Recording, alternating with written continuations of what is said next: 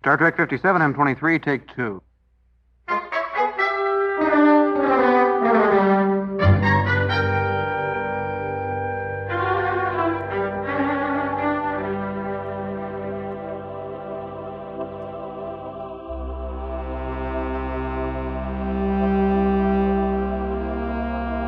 It's the It's Got Star Trek podcast.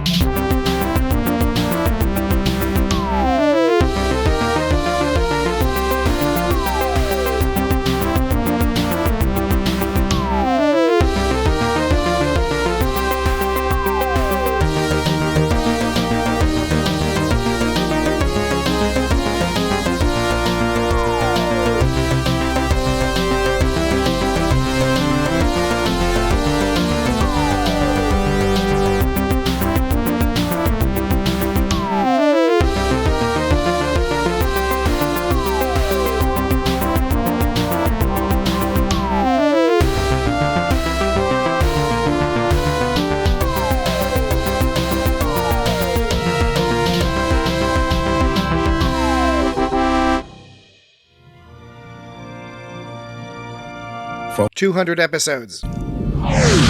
They have thrilled us with their adventures, amazed us with their discoveries, and inspired us with their courage. Their podcast has journeyed beyond imagination. Her name has become legend. Her hosts, the finest ever assembled.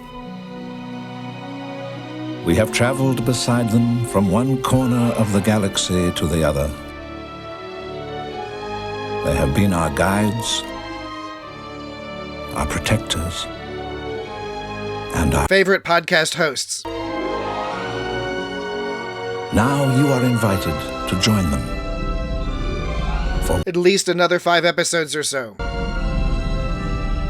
For at the end of history lies the It's Got Star Trek 200th episode Specialtacular.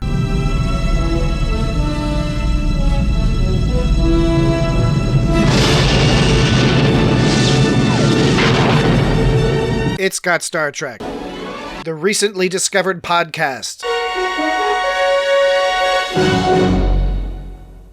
Are you ready to go? Who's ready to go? Dan, are you ready to go? What if I run out of things to say? Jesse, are you ready to go? Yes. It doesn't matter if I run out of things to say. Yes, today I don't think it matters as much because This is a special episode. This is our It's 200th Got Star Trek. 200th episode of the It's Got Star Trek podcast. Can anyone tell me what we're doing here?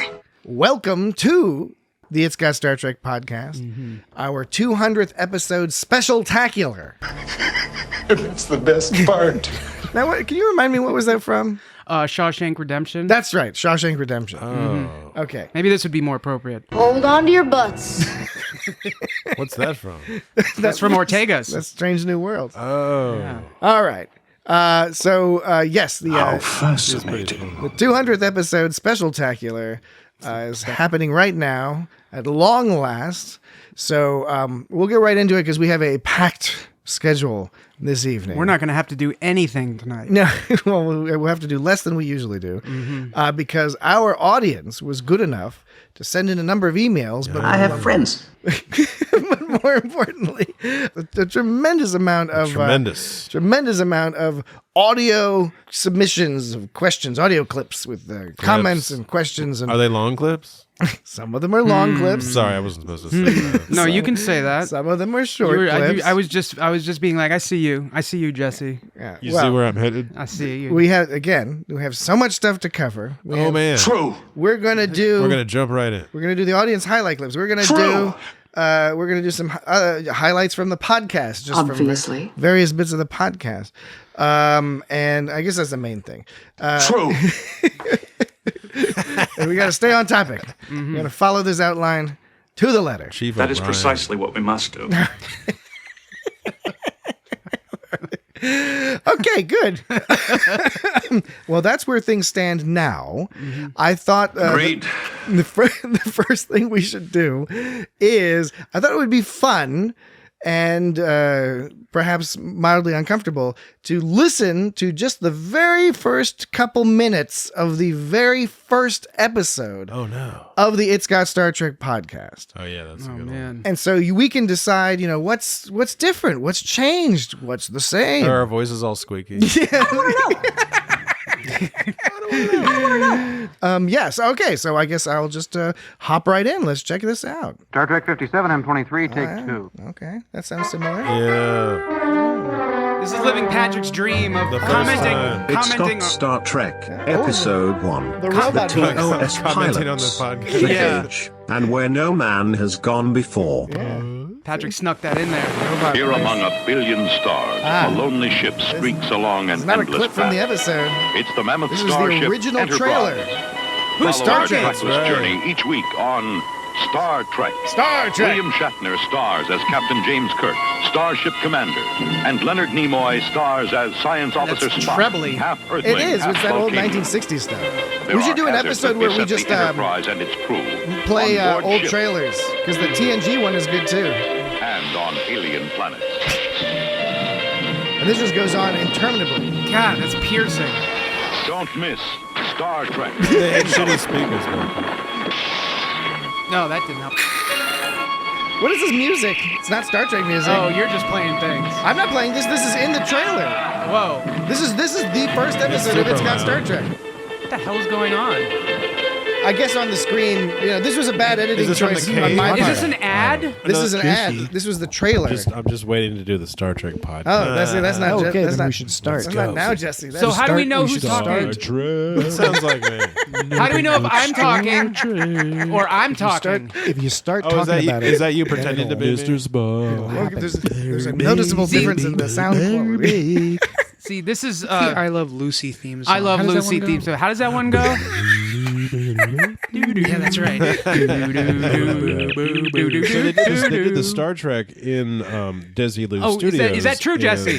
When they did, after they did that the Cage pilot, I'm commenting Lucille on Ball our was one of the podcast. people that was like, they should try was this full again. of- Let's she was one of the people that was Yeah, sort of Jesse just pro barrels Star right in Trek. there. I was First full of episode. full of Facts, facts. like- You give know them what some you were more full money. of, Jesse? You were full of vim yeah, I think she was a big supporter of and that. vigor. Them Yeah, that's why I brought it up and- because I noticed why I brought that it at up. the end of.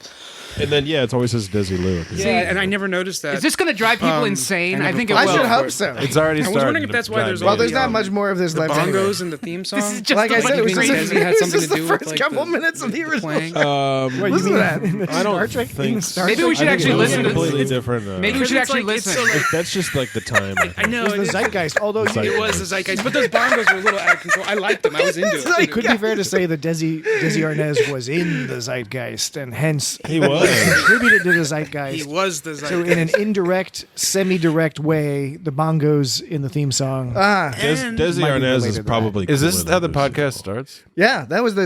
I don't even remember, man. Well, that was the beginning. 200 janks ago. Yeah. I find that very peculiar. Yes. Okay.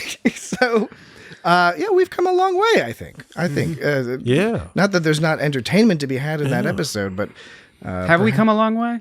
I don't know. That was a pretty strong opening. I think so. I came right out with a whole bunch of stuff there. Yeah. I think we've come We were, a long we way. went going off about Desi Arnaz. Desilu Studios. Talking about bongos, Yeah. business. Congos, maybe, should have been talking about. Well, yeah, we weren't as sophisticated back Oh, then. yeah. We've learned a lot in the intervening It's years embarrassing. since that episode initially aired.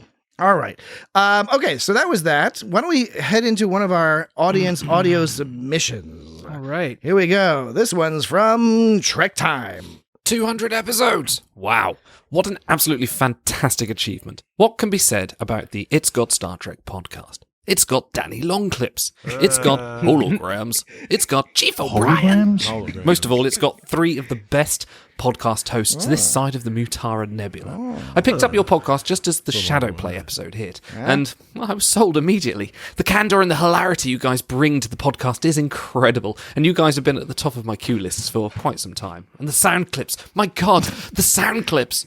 Never has a well-placed Jake Sisko exclamation been so hilarious that I had to pull over the car whilst driving to wipe the tears of hilarity from my eyes. And the amount of work Dan puts into procuring them is a testament to your dedication to the craft. And Patrick, what a host! Your expert manoeuvring of conversation moving from topic to topic is worthy of song in the halls of Stovoke Hall. Jesse, honestly, so many of your one-line background jokes do not go missed by me, sir. Keep on judgmentally vaping at Patrick and Dan. Congratulations from all of us here at Trek Time for your achievement of 200 episodes. May you make another 200, and then another 200 after that, and 200 more. Then you'd probably better stop, as you've used up enough internet for one lifetime. Congratulations, guys. Live long and prosper. Chief O'Brien. Thank you very much. Yeah, that was a good one. Thank you so much. Again, check out. Definitely check out. Thank you. Check out all the excellent content, and we're big fans of them. And thank you so much. We really do appreciate that. Nice comments to start out this user audio submission extravaganza. That was great. I really appreciated that. That was really well put together too. Like better than anything we do ever. You know. Well, yeah, I think you're going to find a pattern develops in all these. As you hear these audio, you're like, these people are cogent, entertaining. Oh, that was true. Okay, Great. Let's get one from Jack from 2 Minute Trek. Hey everyone, it is Jack from 2 Minute Trek, and I am here to congratulate you on your 200th episode of It's Got Star Trek. Great podcast, love listening to it.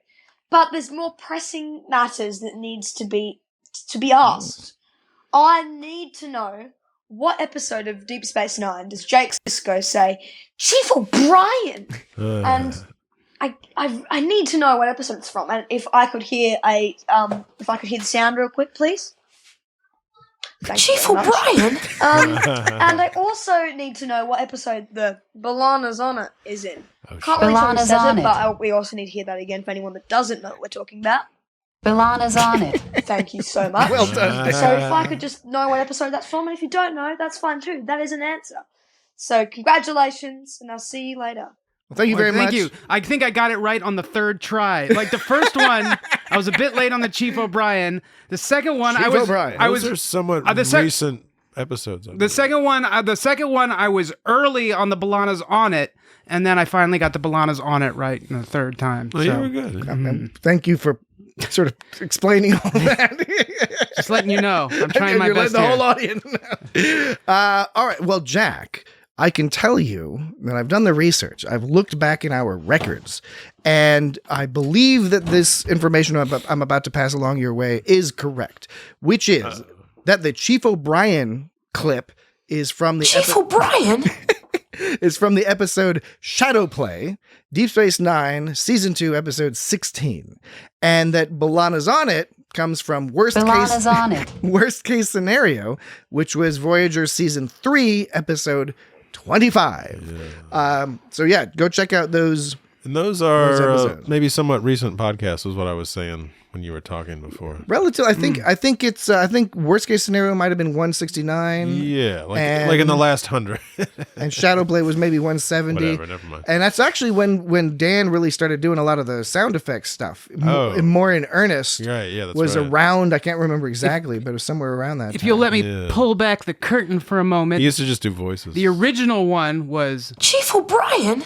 He's okay, but I don't know anything about engineering. And then I shortened it and pulled out Chief O'Brien? Because, right. bam. Bam.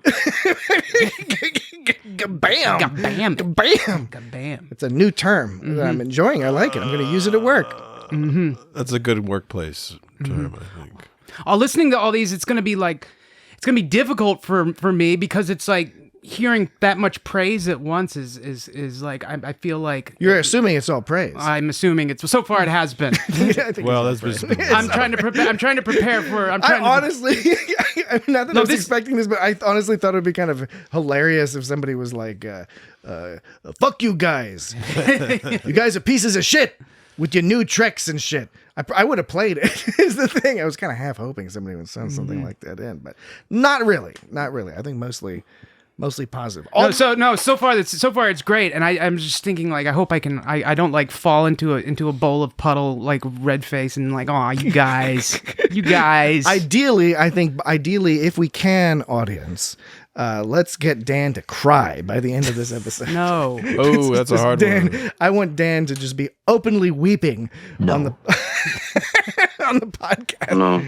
Well, I like that. That's a good Shatner no. No.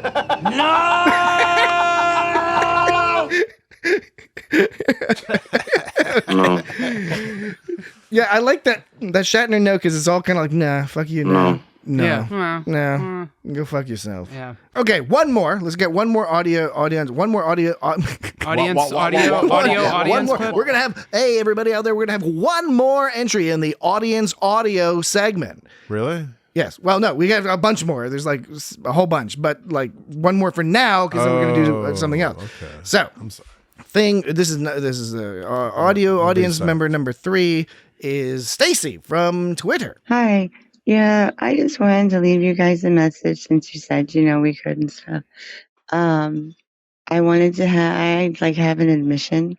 I've never actually listened to a full podcast of yours, of anyone's really. That's fair I don't enough. listen to podcasts, but I love to support them. I did have one at one time, but I just love that you guys are all about Star Trek and you guys are friggin' hilarious without even listening to the podcast. Wow. That's so great. Thank you, Stacey.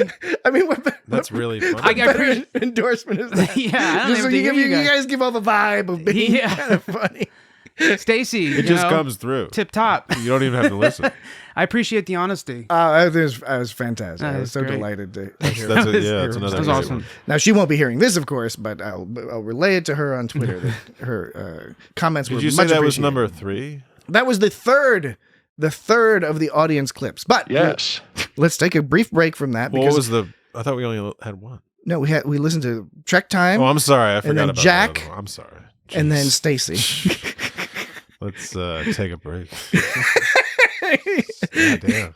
Well, how about this? We're gonna switch. Not a good start. We're gonna switch over and gonna do. We did receive some audience emails. In fact, we've received more than I think we'll be able to respond to tonight because we have so many audio contributions. However, there's a lot to talk about. A lot of the audio contributions cover similar ground as to some of the emails, and the ones that haven't been covered will incorporate into future episodes. And if there's questions, we'll respond to them. That's a good idea. But this email is, let me scroll up here. Okay, audience email.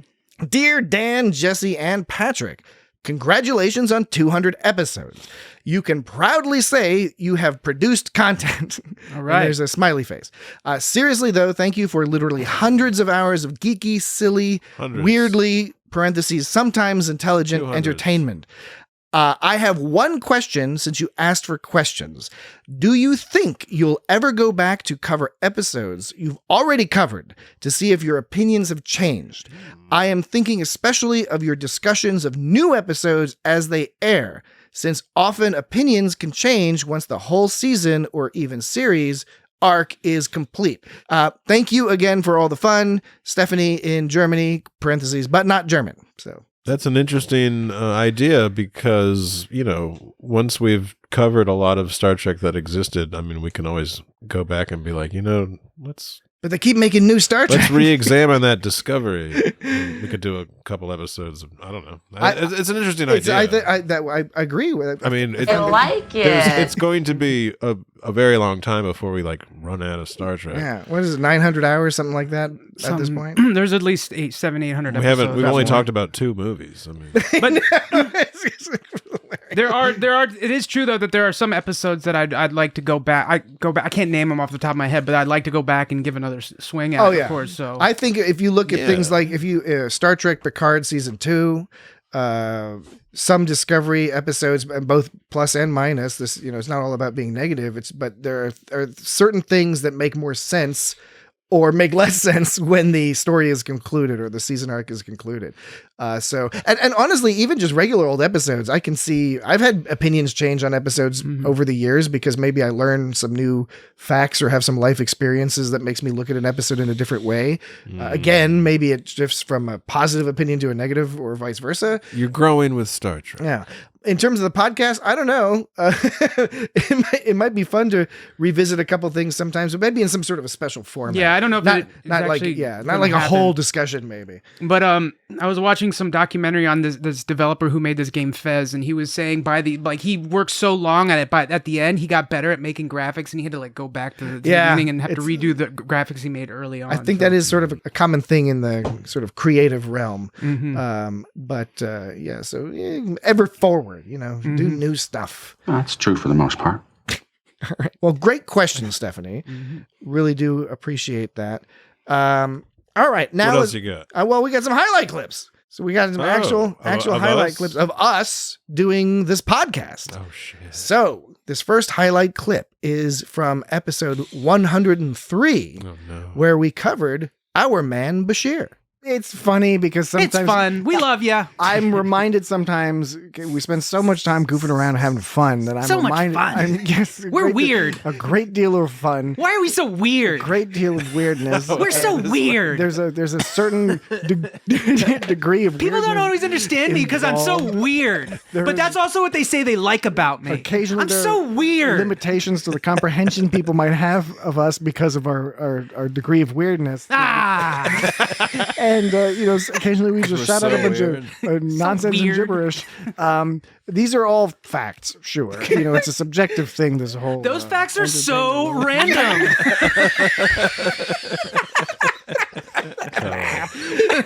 I was waiting for that. Okay. Our man Bashir, it's got a hologram. It's got holograms. It's got holograms. That's a good highlight clip. That was a good episode. Yeah, I actually that was one of those instances where I forgot that I remembered that. As soon as you played it, I was like, oh yeah, that clip. That was It really messes with me when I'm listening to a recording of us and then like we're talking and it keeps happening on this episode. It's like, what's going on? Guess what is going to keep happening? I know. It gets to be a little too much. The reason why I love it is because my favorite part is when like Jesse starts laughing at something and then recorded Jesse starts laughing at the same thing. That's a scientific evidence. Yeah, scientific evidence of quality. High quality. Creepy Spock laugh.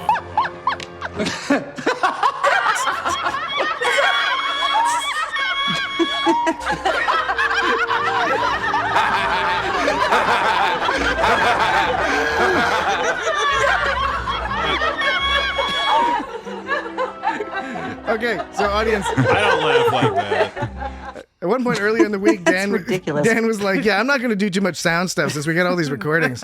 He's like, "I don't need to do that, right?" I was like, "I don't know, do whatever you want."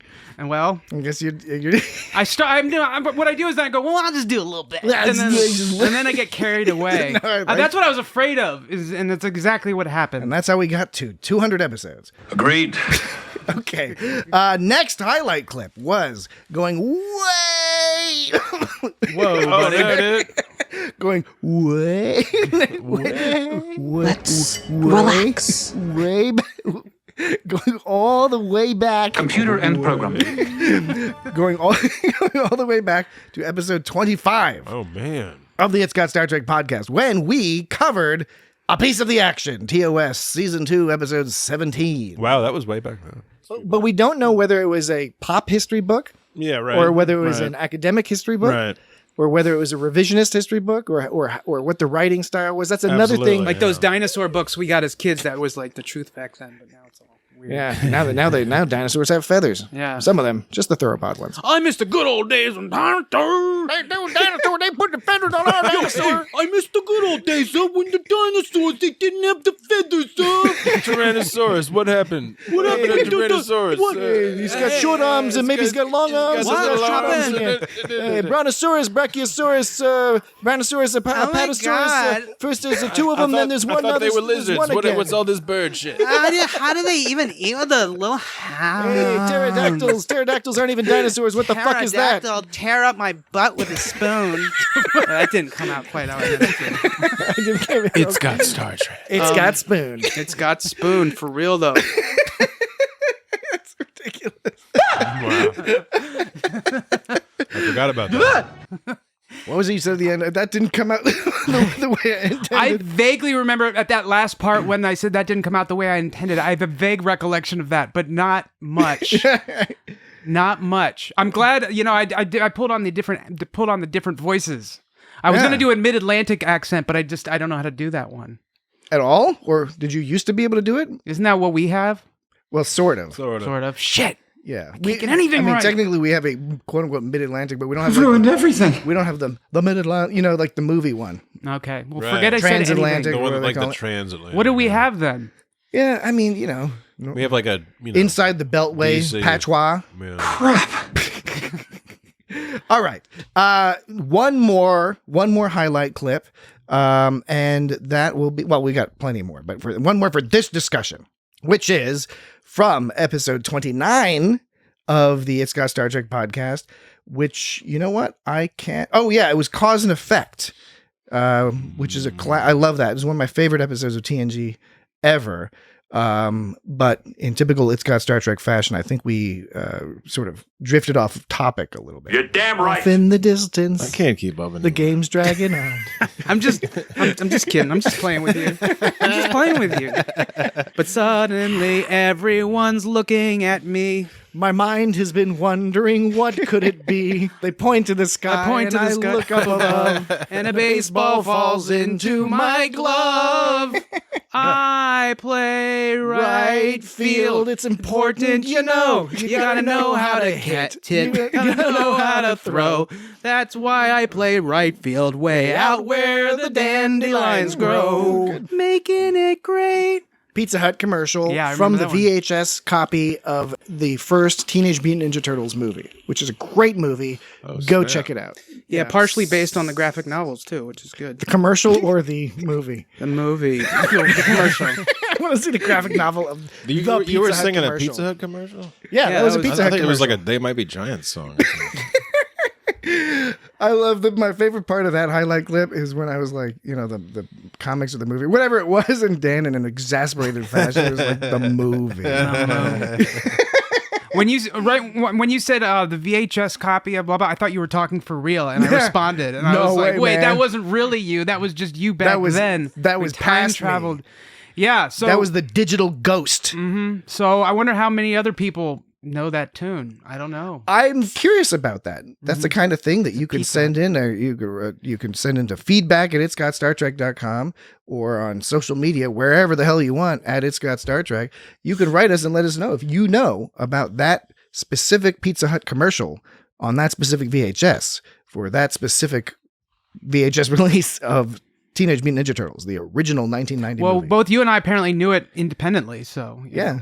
So that says something, and it was true what I said about the we graphic. grew up very close to each other. Yeah, but I'm saying like we didn't know. I don't think we knew each other at the time. No, but we both knew about Teenage Mutant Ninja Turtles. That's what I'm saying. No, what I'm saying is that it was on enough releases that both of us found out about it. I think we just had the same Both the of release. us? What the point? We got it on day one. We went down to the. I know, but you said Errol's said video. that particular release, and I'm saying that particular release was probably quite wide. That's a fair point. And it was true what I was saying about the graphic novel. By the way, that was totally true. Notice I didn't tease you about me. You can tease me. I like graphic You can novels. tease me. I like them. Okay, let's have a couple more audience audios. Hi. Before we get to our first break. So this one is from David Jones. Hey guys, it's David here. Congratulations on your milestone. I hope all the best for you all. It's a great achievement. So my question for you guys is, you've been at 200 episodes now? What's been your favorite episode that you've done? Love to hear more. All the best, everybody. Live long and prosper. Thank you very much, David. That's a tricky question. Thank you. That's a tricky question. Now, is this the favorite podcast episode? I think I think he meant the favorite episode of the It's Got Star Trek podcast. I guess I was going to say, is it the podcast episode? Does he mean the favorite? Does he mean the TV show or does he mean the podcast? Yeah, does he mean our favorite? Which one does he mean? Our favorite ones that we've talked about. Does it go together? Is it our favorite ones we've talked Could about? be a shitty episode, good podcast. Does he mean the podcast we did that we were proud of it the most, or the episode that we did the podcast for we just happened to like that the most out of all the ones we've already done? I really enjoy your cadence. Yeah. I Which mean, part? sincerely. Which part? Just the whole thing, Just the whole little thing? verbal dance you just did. The You know? only drawback is I was so mesmerized by it. You didn't make it. that I believe I was unable to sort of interpret what you were saying. Oh yeah, But that's I fair think I enough. know what you mean. Yeah. I think we know what he meant, Mm-hmm. Mr. Jones. I think he was asking which is the favorite It's Got Star Trek podcast we ever did. And Evidence!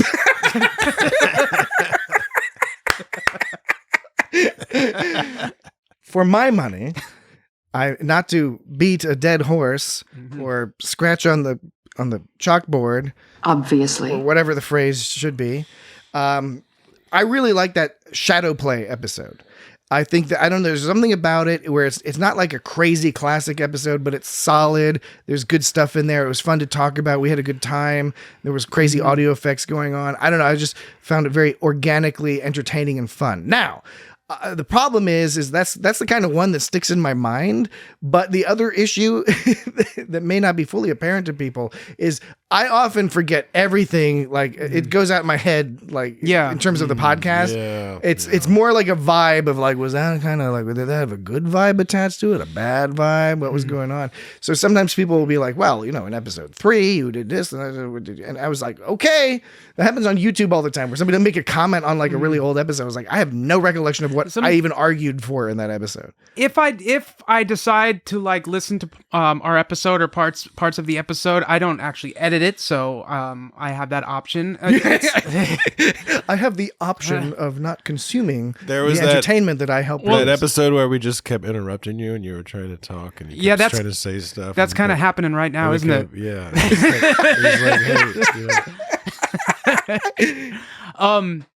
So if I do want to listen back to something for some reason, I'll usually wait at least a couple weeks. That way I won't be like, oh shit, I meant to say this, you know, like oh fuck. And that way it'll all be fresh and I'll be like, oh shoot, I forgot to tell him this and that. And so like, meaning it's all gone by the end of it. You're right. It's probably to some degree a defense mechanism. Yeah. But that's why I enjoy rooting through the old highlights. Maybe we'll get back to doing highlights. We stopped it after a while just because we really, frankly, got busy and it takes a little time to be able to do that. There is a lot of funny stuff, actually. When I listen back, You're damn right. There's funny little bits. You're damn right. They're damn right. And the occasional insight. Okay, let's do one more before we go into the break. One more audience audio submission. This one says, Producer Frank. Hello, this is Frank, the 1960s Star Trek producer who inexplicably occasionally shows up in 1980 or even 1990. We've heard this guy before. I wanted to congratulate you on 200 years of podcasting. That's great. It's amazing. I did have one question. I wanted to know why you are 3 men of a certain age. I don't understand why you don't talk more about the boobs. Does anyone else feel strange? In Star Trek, and they're not just the girls. They put the guys in there too a little bit, and you never talk about it. You always talk about the plots or other shenanigans. I don't know. You got a problem with the boobs? Anyway, I'll take my call off the air. Thank you. Congratulations. All right. Well, Frank, You did that thing you do. Frank. There's not a lot of boobs in Chief Star Trek. O'Brien? So Frank, look, I'm a big fan of all sorts of, boobs, butts, all that stuff. It's great. It's just not the main thing. It isn't really the main thing. And, come on, there's all this Star Trek is awesome. It's not really what everybody wants to hear Yeah. about, really. Yeah, there are areas of the internet where you can do that. I think we used to be a little bit bluer. Is that what they do? People still say that? Does people still say bluer? I think we're still pretty blue. Yeah, but I think we used to be bluer earlier. But I don't on. think we were misogynistic. No, definitely not. Like, No. Oh yeah. Oh fuck yeah. No, we weren't. I don't think we weren't did that. We weren't that, Patrick. Like, oh man, did you see her? Oh my god. Oh shit. Oh my fuck. Oh shit. Oh my shitty fuck. Look at those boobs. Look at all them boobs. Becky, did you look at her butt? Yeah. No, yes, I think we were maybe tossed around. Some effing and jeffing a little bit more frequently. What was that guy's name? Frank? Frank the producer. Yeah, Frank the producer. From the 1960s. Yeah. Well, thank you, Frank. Thank you, Frank. Thanks for submitting. Frank, get with the times, man. I'm not sure Time to what I think about your read the news or something. We aim to be anti-misogyny. So that's the deal. You go listen to our episodes about Star Trek Enterprise, especially the early ones, and you'll hear us get all like, meh, meh. And then we get to have some real fun YouTube comments and Facebook comments from dudes who are like, "What's wrong with you guys? The dude squad. Chicks are hot." It's like, all right, YouTube man. An illogical philosophy. Exactly. Okay, so that's that. We should take a break. Yep. So we will do that, and when we get back, we will continue celebrating our 200th episode. Celebrate. Be right back.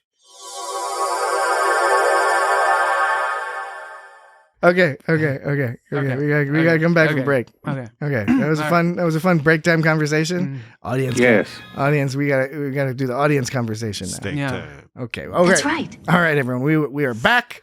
This is the 200th episode of the It's Got Star Trek podcast. Now, we might not have time for this, but I'm really wanting to play Jack from 2 Minute Treks again, just because I want to get those hits right. You want to do it one more snap. time? Yeah. Oh, yeah, we can totally do that. I think that's fine. I should have been more on the ball. That sounds right on. Hey everyone, it is Jack from 2 Minute Trek. That is Jack. And I'm here to congratulate By the you way, great on your fucking 200th podcast, 2 Minute Trek. Of It's Got Star Trek. Great podcast. It's only 2 minutes Love long. listening to it. But there's fantastic. more pressing matters that needs to be asked. I need to know, what episode of Deep Space Nine does Jake Sisko say, "Chief O'Brien"? And I need to know what episode it's from, and if I could hear the sound real quick, please. Chief O'Brien? Thank you very much. And I also need to know what episode the Balana's on it is in. Can't really tell who says it, but we also need to hear that again for anyone that doesn't know what we're talking about. Balana's on it. Thank you so much. So if I could just know what episode that's from, Motherfucker has good timing. that's fine too. I'm not talking about you, Dan. So congratulations. Well done, and I'll Jack. see you later. Real. Okay, so I think that was Awesome. totally worth it. Yeah, from totally. our perspective. Awesome. I feel so good now. That's much. I mean, like yeah. that was on my mind. I was like, I don't know how I can move on from this. I was like, oh my God, I'm going to be thinking about how I missed that. You were an expert marksman. Now, it would have been better if I got it right the first time, but this works. The best part is that the most of the audience thinks that you're doing a gag right now. Dan is being 100% serious. That's the best part. All right. Okay. We have another audience email. This one says, "Hello, IGST people. Hi. Hello. Hello. Good work completing 200 episodes, and here's to many more. I expect you will have many people ask you what your favorite Star Trek episodes or movies or whatever are. So instead, I wanted to learn more about your non-Star Trek proclivities. Oh no. What are your favorite genres of books, video games, movies, TV, and or music? And any recommendations? Thank you, from Ken. No location provided." Well, first of all, Ken, I don't know about that word proclivities. That makes me think that has a lot of baggage. Why? This is proclivities. Is like this person's proclivities. Oh, you're talking about it as a euphemism for example, sexuality or something like that. Or just, that sounds like you have your mind in the gutter. So. Yeah, I know. Sorry, Ken, that's not your... Coprophilia? Coprophilia. Coprophagia or coprophilia? Philia is when Either or is a proclivity. Philia is love, phagia is eat? Yes. Both are proclivities. Hey kids, look up the Latin root of copra if you don't know it already. No, Ken, perfectly appropriate use of the word proclivities. I just have my own problems to deal with. It's not your fault. I will not make my problems your problems. Is copra Latin? Isn't phagia Greek? I don't fucking know how that shit works. Is it hexagon or sexagon? It depends. It depends. It's sextet? It depends how late the club is open. Whoa! Ooh, wing, wing, wing, wing, wing, wing, wing, wing. Wing, wing, wing, wing, wing. Who says that? Wing, wing, Wing, wing, wing, wing, wing, wing, wing, wing, wing, wing, wing, wing. Wing, wing, wing, wing. What's going on there? Ooh. All right. Okay, movies, TVs, books. Chief O'Brien. Holograms? Books. I like Tolkien Legendarium. I like Robert Jordan. I used to be more into other fantasy, but mostly I'm mostly into Tolkien. But I've been doing a lot of sci-fi lately, catching up on my John Scalzi, reading Old Man's War series. If you want to check out Scalzi, check out the Android's Dream. It's like a standalone one book thing, and it's fucking fantastic. I mean, you'll like him or not if you read that, read a few chapters of that. That's my suggestion. That's my recommendation. John Scalzi's Android's Dream, or Project Hail Mary by Andy Weir, because that's fucking amazing as well. I remember one of our friends had this I think it was published by or something. It presented by Arthur C. Clarke or something, but it was a collection of short stories. Rendezvous with Rama? It was a collection of short stories, and I don't remember I don't think he wrote them, but I'm not sure, but it was really awesome. There was one about there's sci-fi stuff, and there was one about a guy who was flying close to the planet, but he was in space, he was in the troposphere or stratosphere or one of those spheres. Was he encountering cumulonimbus clouds? And no, he was in space, but he was like close enough to the planet, and he got like no clouds in space. And he got like gravity vertigo or something, because at one point he got kind of fucking vertigo. He got close enough to the planet where the gravity was pulling just strong enough that he didn't know if he was upside down or right side I think up. You've recounted this tale on I don't the podcast think I in the have. past. I don't have I. I mean, I don't remember. I've heard you tell me this. I don't know if it was on the podcast or not. But it's like first you're just cruising through space, but every once in a while you're like, "Whoa, I'm upside down," and then you're like, "Whoa, I'm just in space. I'm nothing," and then it's like, "Whoa, I'm upside down," and he had to like prevent from crashing. That was not quite answer the question, but sort of. So Dan's recommendation is a book, or it is an untitled collection of short stories. Well, it's got a title. It's a book with a title. I just don't remember it. Right. And I don't know if they were written by Arthur C. Clarke or just presented by him. He was like the editor of the... Yeah. Jesse, what type of music do you like? Oh, I like all sorts of music. I like both kinds, country and western. I like Blues Brothers. 7 types of music. You listen to, you've been known to listen to Captain Beefheart. Yeah. You've been known to listen I actually to haven't listened to him in a while, but Frank I did Zappa. back in the day. Yeah, Frank Zappa. Schoenberg. Possibly, yeah. Matt Berry is my go-to. Matt Berry. Oh yeah, Matt Berry I was listening to some Matt Berry just today, actually. Mm-hmm. You listen to all sorts of stuff, like the Phantom Birds. I'm Weird Al. They Might Be Giants. Matt Berry. Queen. These are formative musical acts that feed into my brain, into my art brain. I believe we talked about music that we liked on our 100th. We may have. I don't know. That was a long time ago. I know. No, I know. I'm just saying. I don't know if this is... I'm not expecting people to listen. Maybe the same person wrote in. What? Maybe this is an old fucking email. I know that the 2 albums I remember listening to as a kid being like, whoa, music, I can enjoy every album on the track. One was... Thriller? Every song on the track? What did I say? You said every album on the track. Oh, you mean every track on the album? Every track on the album? I mean, every everyone song knew what on you the meant. album? Yeah. I'm an asshole. Thriller? I'm going to answer the question. So there were 2 albums. One of them was Out Come the Wolves by Rancid, and the other was Flood by They Might Be Giants. Yeah, Flood. And both of those are great albums. And I'm not saying like Rancid is my favorite band. I'm just saying like when I heard that album at that certain time, I was like, whoa, there's this whole genre of music where there's this whole world of music out there. And it sort of opened me up, not just to punk rock, but to all sorts of shit. Like being like, wow, I don't have to just buy, because back then if you heard a song on the radio you liked, you had to buy an entire album and you'd only like 2 or 3 of the tracks. I should use my I statements. They sometimes release it on single. Sometimes. But who wants to buy a single? I bought some singles. I bought some They Might Be Giants singles. I have too, but I've always felt a little bitter about it. The John Henry single. That Rancid album is called Back to tight. Skull. Yeah. Back to Skull. That's a good one. It begins with like an That's awesome bass solo, Maxwell Murders. Yeah. And then Flood, like I said, They Might Be Giants. I was like, this is fucking crazy. What about video games? I like Zelda. Right now I'm playing Zelda. I just beat Red Dead Redemption 2. I like to call it Zelda. My kids are amused when I say like, "Hey kids, I'm playing Zelda." That's what they say in England if they follow Zelda with a word that starts with a consonant. So like if they're going to say Zelda goes to school, they'd say Zelda goes to school. All right. But if they were saying Zelda is a person, they would say Zelda is a person. We have a number of fans in the United Kingdom. I don't think all of them do that. I encourage them to write in and give us this. Look, I'm not saying I'm right, but like when actors have to study accents, there's certain things that you have to pay attention. I've never I'm a terrible actor. I've never had to learn an accent for anything, but like how Australians put like 7 syllables in the word no. Yeah, but No. Our jam-eating friends down in Tasmania.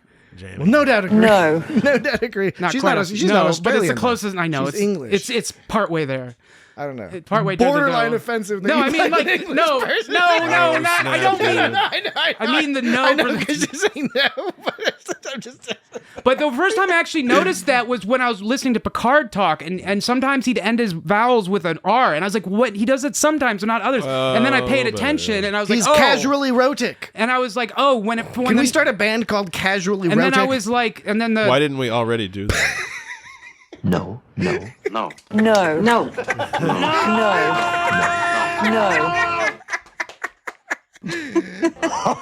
Oh my god. Jesus. No.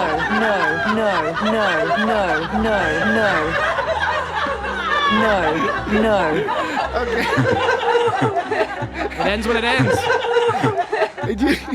Do you remember? Yes. You remember a little while back when I was playing like the clip of the first episode of It's Got Star Trek, and you were like, "Are people even going to be able to listen to this?" When? Like in this. Oh in yeah, this yeah, podcast. yeah. I know. I did that in direct response to not being able to finish my. I've decided my new tactic is not to get angry, just to like spam you with like noise. I think that's a smart tactic. Because I'm being spammed with noise, so I will spam. Everyone's happy. So I will spam you back. I noticed that spam you back. To finish my thought, which I know I already made, but I'm going to finish it anyway. I noticed that Picard ends his vowels with an R, except when they were followed by consonants. That's what I have noticed so far. If I'm wrong and there's exceptions, I'd love to hear about it. Excellent. Thank you. Great. All right. And I think we probably have provided sufficient answers to that particular question. So it means it's now time. Next I'm going to play Ace Combat. Is that a video game? Yeah, and then actually I'm deciding between Starfield and Baldur's Gate 3. Everyone says Baldur's Gate 3 on the internet, but I think I'm going Starfield. All right. Those are both games I'm interested in. Car 54, where are our good friend Tarek was nice enough to give me a copy of. Oh, that's right. Yeah, of Star Trek. Yes. So Tarek, who we will hear from in just a little bit. Star Trek what? Star Trek Resurgence. Yeah. He was at Star Trek Las Vegas, the convention, and somewhere along the line acquired a free code for Star Trek Resurgence. He had already purchased it, so he gifted it to Dan. Yeah, thank you so much, Tarek. So Dan's going to start playing it. I have to fit that in between Zelda and Starfield And somehow. that is, I presume, some sort of video game. Yes, it is. Oh, and also, I'm a huge fan of the Borderlands series. There you go. Well, maybe Dan will do including the Tiny Tina's game. That game's really cool. Dan maybe down the line will do a special episode if it's got Star Trek on Star Trek Resurgence. Maybe he'll invite some other folks on. But the first time I played Super Mario Brothers changed my world. And I used to play a lot of Ultima back in the 80s on my Apple II Plus. That also changed my world. That game is whack. That game was like where those games like all the Elder Scrolls games and all those get their influence from like fucking Ultima. Ultima is off the hook. Yeah, open world free shit. It's all tight. I felt weird I said that. Like that. It made me think of the old BBS door games like Legend of the Red Dragon and Usurper. Mm-hmm. Text-based role-playing games. So used ANSI graphics. Nostalgia. Mm-hmm. Okay, let's hear from some more audience members. Why don't we do that? Hey guys, it's Isaac from Unplanned Trek. Hey Isaac. Here, and just wanted to say congratulations on reaching a 200 episode milestone. That is fantastic. It's admirable. It's terrific, and it's a testament to the bloody good stuff that you guys put out. I love listening to you each week when I'm driving my car. I feel like I'm driving around with three mates, laughing our heads off talking about Star Trek. I'm, of course, being a little bit more quiet because I'm not in the conversation, but I do enjoy hearing you guys. And Dan, just so you know, whenever you hit that Chief O'Brien button, there's a dipshit from Tasmania cracking his head. Chief O'Brien? I don't know, I'm cracking. I'm laughing. I'm laughing my ass off. I'm rolling around on the floor laughing while driving my Automo car, which makes it quite difficult. And my insurance premiums are through the roof, but I am laughing and enjoying it. I love the sound. I actually love the addition to the, and I'm picturing it like a keyboard, as in like a, that's what I said you should get. An electric piano that you're playing there, and that, don't spoil it for me. Too late. But that's what I'm picturing when you're pressing those buttons, as it were. I also like the Mark Alamo song. Am I allowed to mention that? Probably not. Start another war. Oh, yeah. And guys, thanks so much for being supportive of other podcasts, including us. we really admire the way you go about it. Love the consistency and the friendship that you guys have. It's the appeal of the show. So keep going. Here's to 200 more. I reckon Dan would like that. It's a bit like 200 shows, more like 400 shows. Oh, shit. But also it does put a finite limit on it. Like, I'm not wishing you any success beyond your 400th episode. So yeah, we'll stop it then, guys. Wait, you just tell us to quit? You don't have to listen to me too. It's like the temporal police in episode 3 of Strange New Worlds, where they go, "Don't tell anyone," to Lance, and for some reason they go, "Yeah, sure, I won't." I mean, what are they going to do?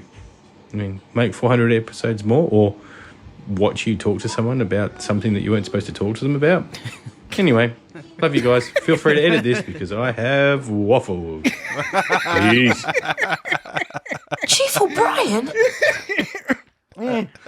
I forgot about, how could I forget about the Marco Limo song, which I won't. Oh, I remembered actually. I'm not going to sing it, but yeah, that was fun. Okay, for a brief recap for the audience. We're goofy and we're blue, a little bit vulgar from time to time, but we're nice guys overall, I think. So we were caught off guard when we were accused of mocking and mocking the actor Marco Limo and wishing death upon him, which was not in fact what happened, but there was a person who thought that was very, very vociferously opposed, which is fine. Mm-hmm. But anyway, so that's what Isaac is talking about. And by the way, yes, Unplanned Trek, which I have been a guest on once, is fan-fucking-tastic. Everyone should be checking out Unplanned Trek. Isaac and his partner Andrew, they're fucking hilarious. They kind of bounce around the Star Trek universe doing random shows. So random in that, like, I when I was a guest on their show, I did the Menagerie Part 2. Like they didn't cover Part 1. They just covered Part 2 of the episode. Wait, you did Menagerie Part 1? No, Part 2. What? What? There you go. What?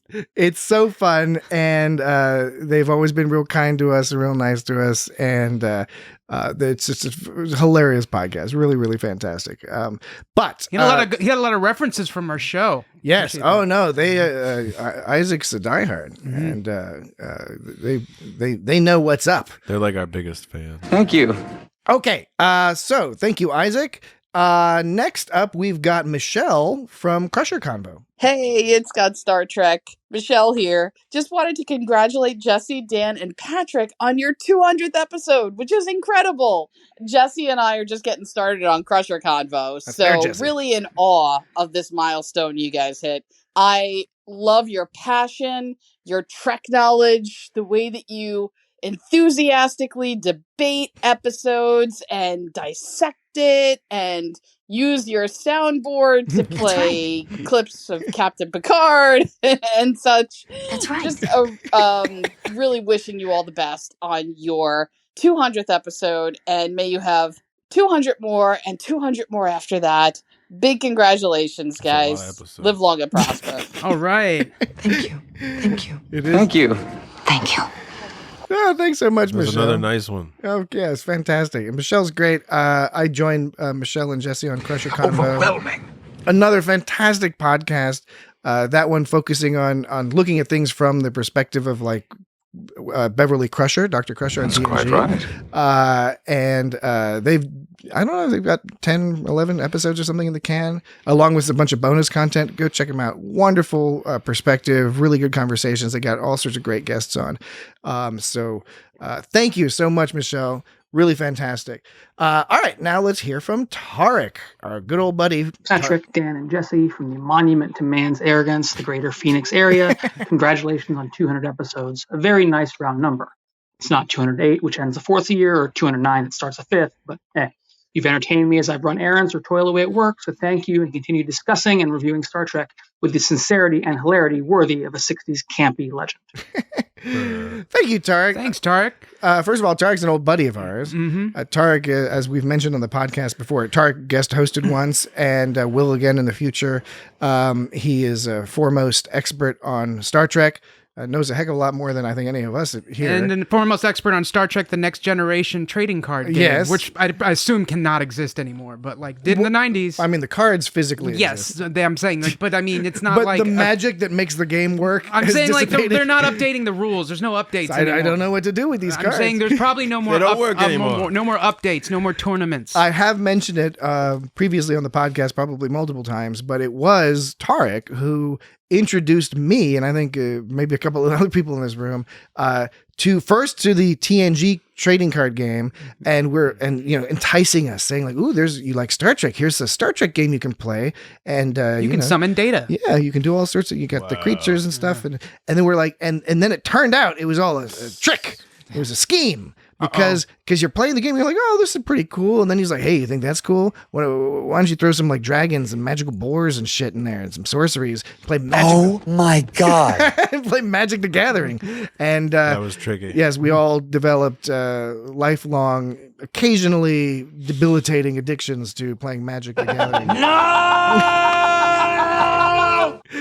Right, we could have mentioned that before when the other person was asking us about what we're into. We could have said Magic. That's right. But although they didn't ask about sort of like card games or tabletop games, we should not have perhaps been so literal. Yeah. But thank you, Tarek. It's always our problem. Appreciate that. And thanks again for hooking Dan up with that Star Trek Resurgence code. Hell That's yeah. super cool. And looking forward to the next time you can be on the podcast. Was that Isaac before? I meant to bring up. I think he gave us a little ribbon too, didn't he? A little. He gave us the business. He gave us like a ribbon. You mean like the ribbon you get like on a car in a car commercial? He said we should only do four. When your partner buys a fucking car for you without asking. How fucking rich are these people? Didn't you visit Tarek one time when I visited when like Dan and I just did the podcast on our own? Yeah. He said we should only do 400 episodes. Didn't he say that? No, he was saying that he wanted to make the joke about Isaac made the joke. He said he wanted to make the joke about the 400 episodes, but he wanted to be clear that he didn't want to limit us to 400 episodes. I thought he said he did, but then he was just doing a Dan. I thought he was saying like you should. I think you were talking over. No, him. I think he said you should stop at 400, and then he was like, just kidding. He was like, I'm just kidding. I mean, I don't know that it was phrased that way, but regardless, as we mentioned Play earlier, back the tape. As we mentioned earlier, anything that happens on the podcast immediately leaves our brain within seconds, apparently. All right, one more audience audio before we do some more highlight clips. This is John from Open Pike and Green Shirt. Hey guys, it's John from Open Pike Night. Just returned from STLV 57. We had a great time, but man, I'll tell you what. We always have a great time when you guys call in, and man, your show is just a ball of energy and a great addition to the Star Trek podcast universe. Congratulations on 200 episodes. Congratulations on reaching the end of another season of Strange New Worlds. Hope you enjoyed that episode. And man, I hope you have a good 200 more episodes in you before Star Trek runs out. Or maybe let's go ahead and make it 1,000 more episodes, shall we? You're going to do this for the rest of your lives. You have no choice. Producer John, out. It's like a threat. So yeah, first he was saying do it for 200 more. Then he's like, no, do it for the rest of your life. So it's like the two opposites of the spectrum. Yeah. So thank you so much, John. John, yes, thank you. He's on 2 of my favorite Star Trek podcasts. He's a producer on the Green Shirt podcast, which for people interested in TNG, and especially I think if you're sort of early in your TNG career, the Green Shirt podcast consists of, you got a few folks that, are familiar with TNG, and then you have Cameron, who's the main host, and we're going to hear from him in a little bit, who hasn't watched TNG yet, and so he's the Green Shirt, and they're going through listening to TNG or listening to, watching it, and discussing it, and fantastic discussions, great group of people there. I love hanging out with those folks, and you all should give them a listen. And of course, Open Pike Night, the premier Star Trek Strange New Worlds podcast.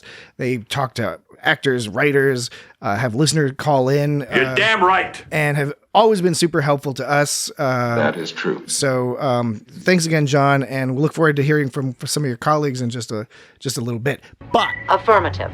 But first, we need to hear a few more highlight clips. All right, I have to click the highlight clip. Okay, here we go. Could a storm of such magnitude cause a power surge in the transporter circuits, creating a momentary interdimensional contact with a parallel universe? Affirmative. Oh, really?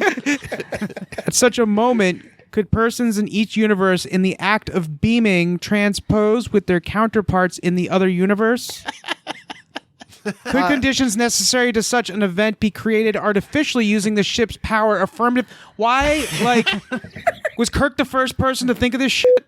Like, they never, I mean, I know it's easy to go, Star Trek, why did somebody not do this before? It's like, gotta start somewhere, and that's not the point, it's the story, blah, blah, blah. It's just kind of like, it was a fun scene, I enjoyed it, that was fun, but it was so ridiculous. He's like talking to this computer, like being like, is it possible if I shove my head up my butt and I lick my tonsils, I'll like go back in time 3.5 years? Let me think about that. Affirmative. That was from episode 60 of the It's Got Star Trek podcast. That was a good podcast. When we did Mirror, Mirror. Yeah. And the funny thing about that was that's an odd bird. That's an odd duck of a podcast because although it was episode 60 of It's Got Star Trek, we had actually recorded that discussion of Mirror, Mirror in advance. Months and months and months in advance. It's like number 10. Maybe like a year in advance. I don't know. It was a long time earlier that we had as a bank show. And then there came a time when, bank show. Life gets at you a little bit and you can't do the podcast. So we had the bank show and popped it up there. Yeah, the affirmative. The affirmative sounded like I played a sound clip, but that was before I did sound clips. No, I was actually. Yeah, you were just doing voices back then. Sound clips are a relatively recent. Relatively. Affirmative. Can I still do it? Affirmative. Affirmative. Affirmative. Affirmative. Can you do an Alf voice? Hey, Willie! You got any cat? Cat. I love it. All He's right. my number one dad. There you go. That's going to please large Please number all of sorts of people. All right. The next highlight clip is from Jesse, are you my number one dad? No. He's my number one dad. No. The next clip is from episode 27, where we discussed In the Pale Moonlight. Why did you bleep out the shit from before? Oh, yeah, I should explain. It was from a highlight clip that was on. And I don't have the YouTube original. or I mean, I something. probably could dig out. I wasn't going to dig out the original. Because when we were doing highlight clips for a while, we're trying to put the beeping noises so that you can put it on the Twitter and the Facebooks and the people don't complain. Yeah. Because when you got all the effing and jeffing, people are like, no, they said fuck. Oh, there's too much They said effing and jeffing. All right. So, yes, In the Pale Moonlight. The Cardassians are the species that I always wanted to see like naked the most. Not for, weird Rule 34 stuff. Not for- Cardassian exists. A lot of Rule 34 Garrick stuff exists. To our audience members, highly recommended. Go to the Google machine, type in Rule space 34 space Garrick. So I haven't looked at Jesse I haven't like that looked at a one. lot of that stuff. But the few drawings that I have seen, I'm never quite satisfied. I don't mean it like anything perverted. I just mean I'm interested in the form. I'm just interested in, how far down the ridges go. Yes. We know the Dax's spots go all the way down. Yeah.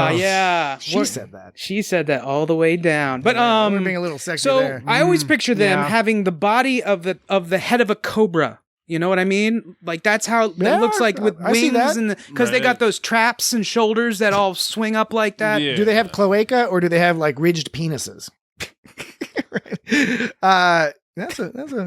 That's a little very old school. It's got Star Trek, early audio quality, early forms of banter. Your voice sounded all high and squeaky. I'm like, hey, I'm Dan. Hey, my name is Dan. Hey, Everybody. guys. Did you guys ever wonder about whether they had a cloaca or a full rigid penis? You want to see Garrick's penis? I was being. What do you think of Garrick's penis? My Phil? satire was too dry, and I came off a bit outdated. In some I of my don't think language. so. No, I think you came off just fine. Just fine. Just fine in that. No, it was good. Because I'm still. I imagine you That was still, a good one. to some degree, have a fascination. Unless you have an update, have you, in your studies, have you found anything that is more, quote unquote, satisfying to your artistic? Well, it was really just about it was just really just about the Cardassians and how I wish their body looked more snake-like, but it just looked kind of human-like. And still humanoid, but like I said, you know how a cobra has like more scales. You know how a cobra has flaps on its head? Yeah, no, I totally wanted get them it. to have flaps get for their it. trapezius muscles, not their traps, their latissimus dorsi or whatever it's called. Yeah. Their lat muscles. I wanted them to be wing-like, like a cobra, or maybe even their trapezius muscles too. Like it starts at their waist and goes up to their neck, but they still got arms like normal. It's easy to envision what you're putting down. That's what I want. That's what I want. And Rule 34 has not satisfied me. I don't know what else to say, man. Yes. How about this? How about we move along home to another clip, but not from our discussion of Move Along Home, even though that was a good episode, as I recall. Instead, this is episode 64 of It's Got Star Trek, when we discussed Voyager's classic, much debated Tuvix.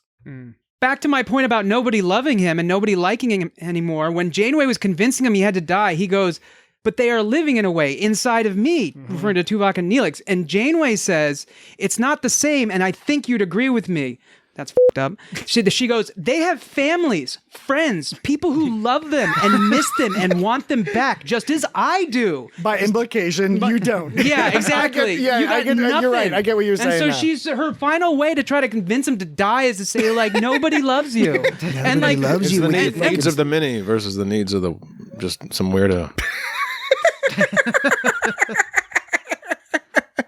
The needs of the many versus the needs of just some weirdo. It was a very cogent point I was making, I think. It was an excellent point. I wanted to have some highlight clips egg salad that demonstrated that we do occasionally have excellent points. Sometimes we let you finish what you're saying. And it sounds good. If you want to peel back the curtain a little bit, who is our target audience? Me. I'm your target audience. Pretty much. It's like when people say, like, it's Jesse when and Dan. people make music, they're like, I just write music that I want to listen to. I just say the words that I want to hear. What I really meant to say is, what are we going for? What's the deal with the It's Got Star Trek podcast? Deal? What are we going for? And I think what we're going for is to be fun and silly, not take things too seriously. Why do you need all that stuff? But we do want to occasionally throw something interesting at you. Just make you think a little bit and be like, oh, those funny, goofy guys. Not too much. With all their, shits and fucks and anus jokes. You know what else we're going? You know what else we're going for? Chief O'Brien. Hologram. That's my personal favorite. Hologram. And it's not just that; it's that you basically have a musical note scale of that guy saying hologram. Hologram. Different Photo generator. levels of energy. Holograms. That one's the sad one. Holograms. Holograms? Question. This one goes up. Holograms? This one goes down. Hologram. And this is a sad one. Hologram. Hologram. That's excited. Hologram. Holograms? That's like, whoa. Yeah. Holograms? What? Hologram. What are you even talking about? I don't know why I'm so partial to the sad one though. Hologram. How could you be that sad when you're talking about holograms, man? I guess they had a shitty situation. Because it's his family. Well, yeah, in that case, that specific episode, that was all from Shadow Play. Stupid question on my go part. listen to the Shadow Play episode. All right, back to audience audio. Let's get some more. Let's hear from Jack Dorino from Let's Talk About Treks.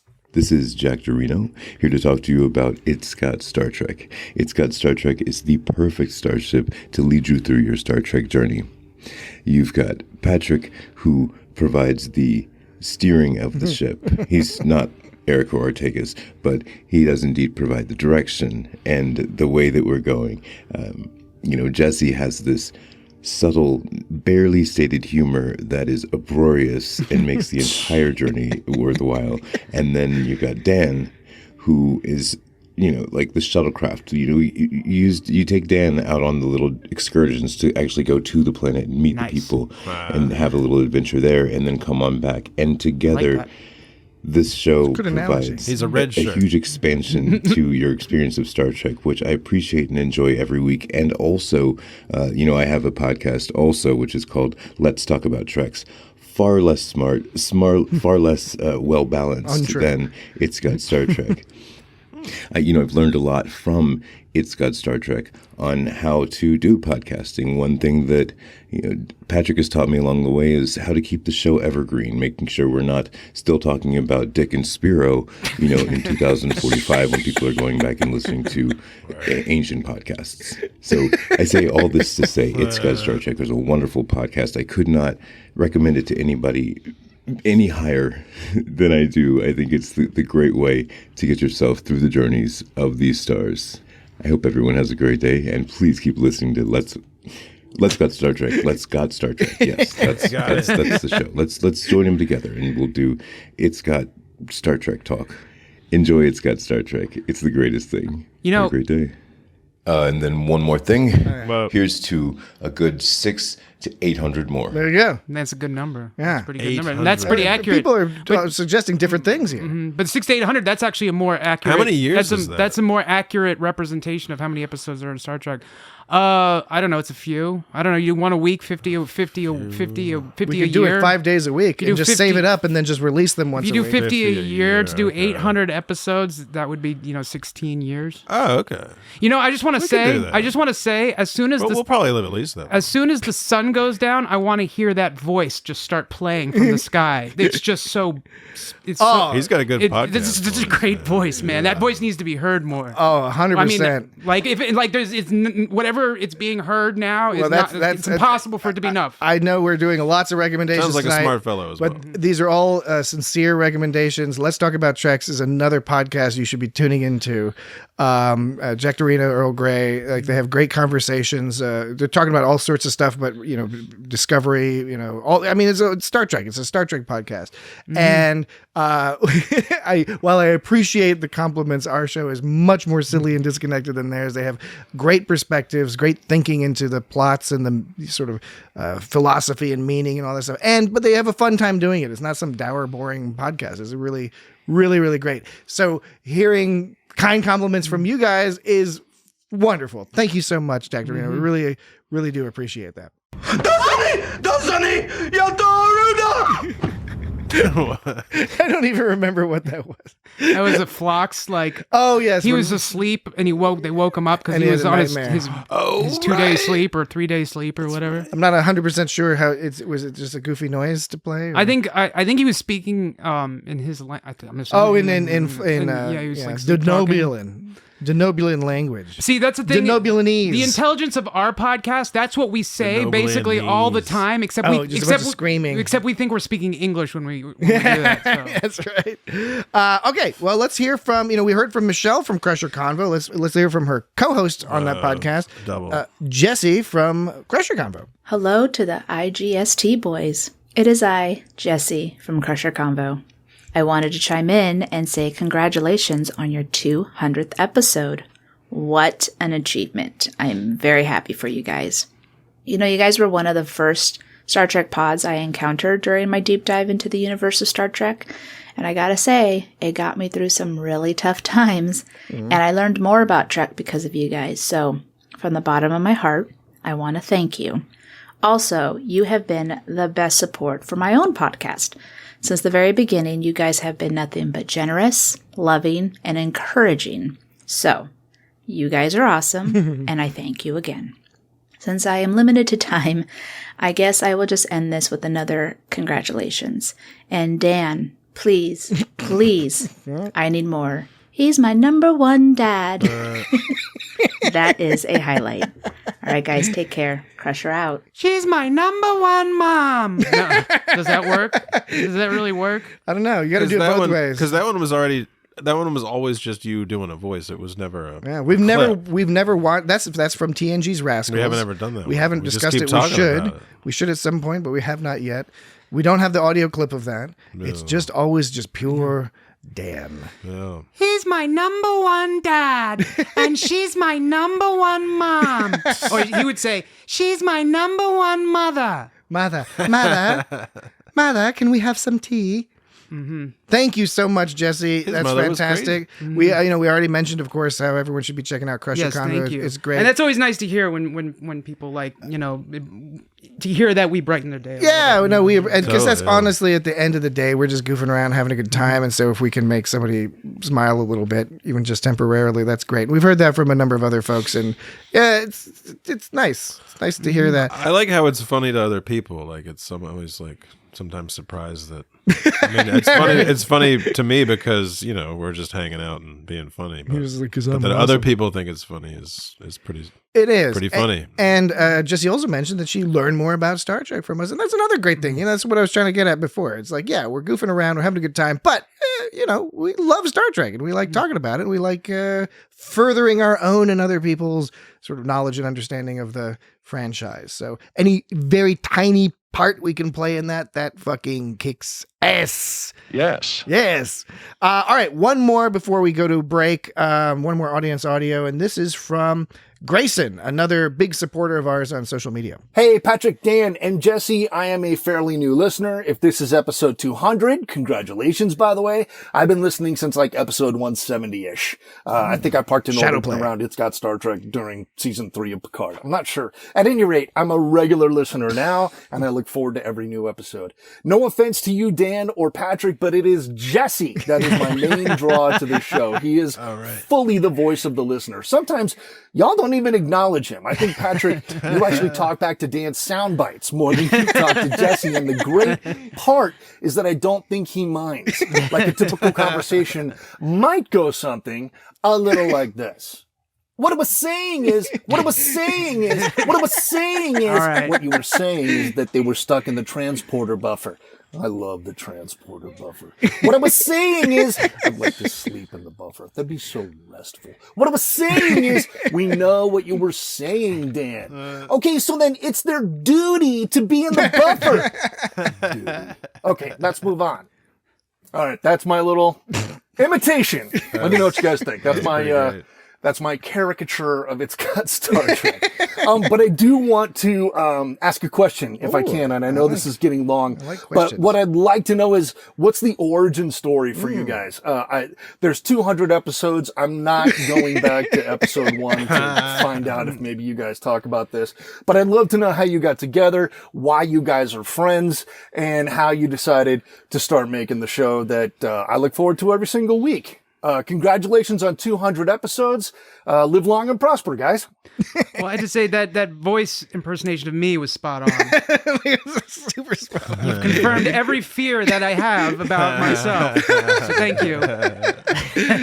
Thank you, Grayson. I think the focus is on, I think the reason you might hear me say the first few words of a sentence over and over again is because I'm trying to complete a sentence. That's all I'll say. Is that I'm trying to complete it, and my strategy is I'm just going to start over from the beginning. We're slowly getting better at it. We've only done fucking 200 episodes, so we've made small, incremental progress. Jesse's falling asleep less often on the podcast. That only happened a couple of times. I have to edit out fewer sort of boring screeds that I go on some various topics of little interest to people. So we're slowly but surely getting better. But no, people really, still like it. Seriously, thank you so much, Grayson. At least it sounds like that. But as for the question, which I'm forgetting, what was the question? It's the question. What's our origin? Oh, yes. Thank you. I told you. See, we don't remember nothing here. Origin story. That's a good one. I mean, I don't know how you do. I guess you can summarize it briefly. We know each other from youth. Yeah. Various degrees of youth. I met Jesse in high school band, and I met Patrick. Actually, the first time I met Patrick was in Little League Baseball. We were 14, and correct me if I'm wrong, Dan, but I think you and I were both in the exact same boat where we had not really played in Little League, and independently, both of our fathers were like, "You got to fucking go do something. Get out of the fucking house." Yeah. And so we joined Little League like way later than everybody. So we were the oldest kids on like the AAA. Yeah.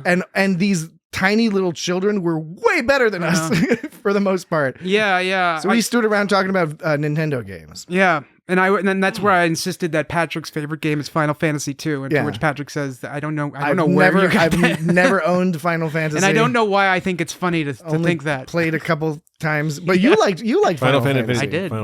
Final Fantasy 2 is weird. Yeah, it's pretty tight. You get that Dragoon guy can jump way up in the sky, and then he 3 turns later he lands and fucking goes ham on people. But yeah, I guess long story short, we know each other well from school and there's been a lot of music projects we've all been involved in the local DC music scene, and just hanging out, playing Magic the Gathering, quite seriously. Going places.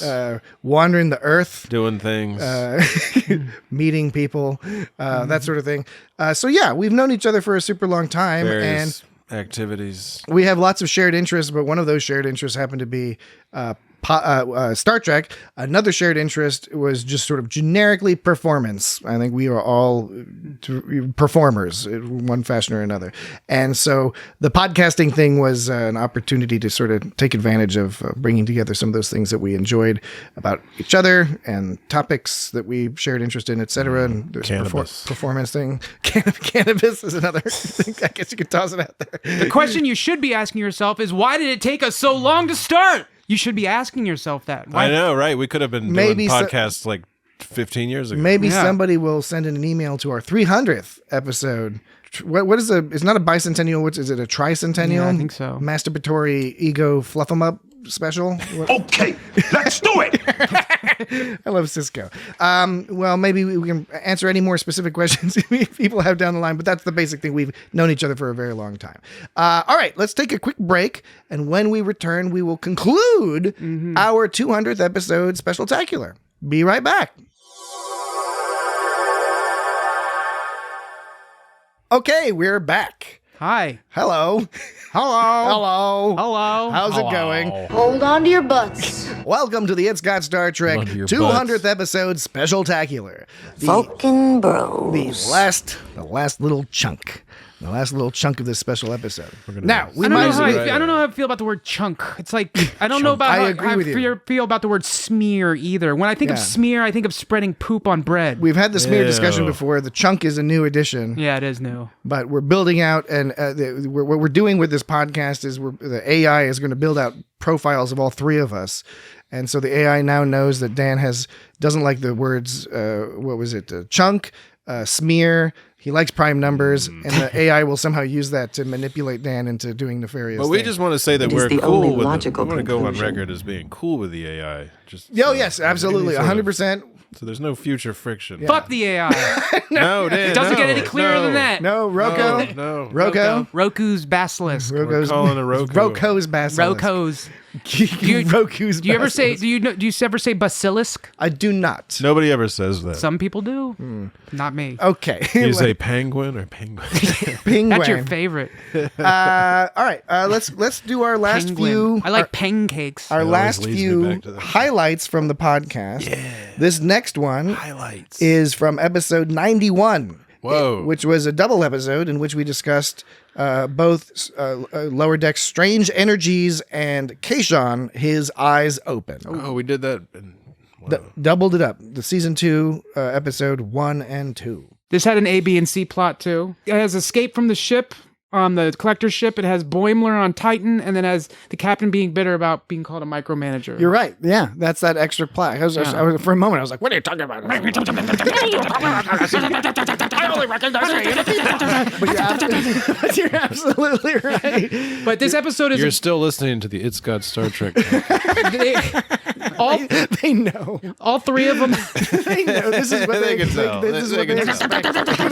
This is exactly what they expect. No finer illustration.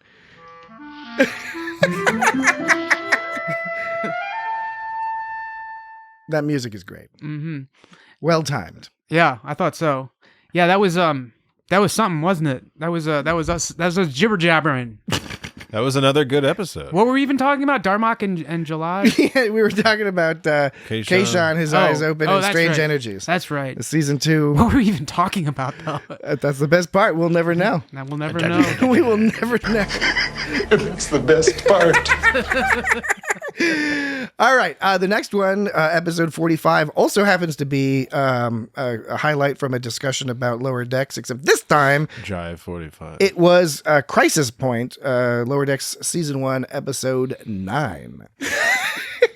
Mousercise, Genesis, which has Phil Collins, and Smurfing Around the World was the name of a song from the Smurf album, I think. What's Mousercise? Is that a Disney exercise? Yeah, it's like a Mickey Mouse kind of like, it sounds like Jazzercise. It was it was like an exercise show on Disney. And the record sounded like some disco or something. Stretch those bums. Okay, that's all I had to say. And you made it, and you stretched out. See, when you say, we've been talking about this, been off topic for too long, Dan, it's I because never said you we were off stretch topic. it. No, but you have in the past, and you... I was interjecting just to let the audience know that they are not mistaken.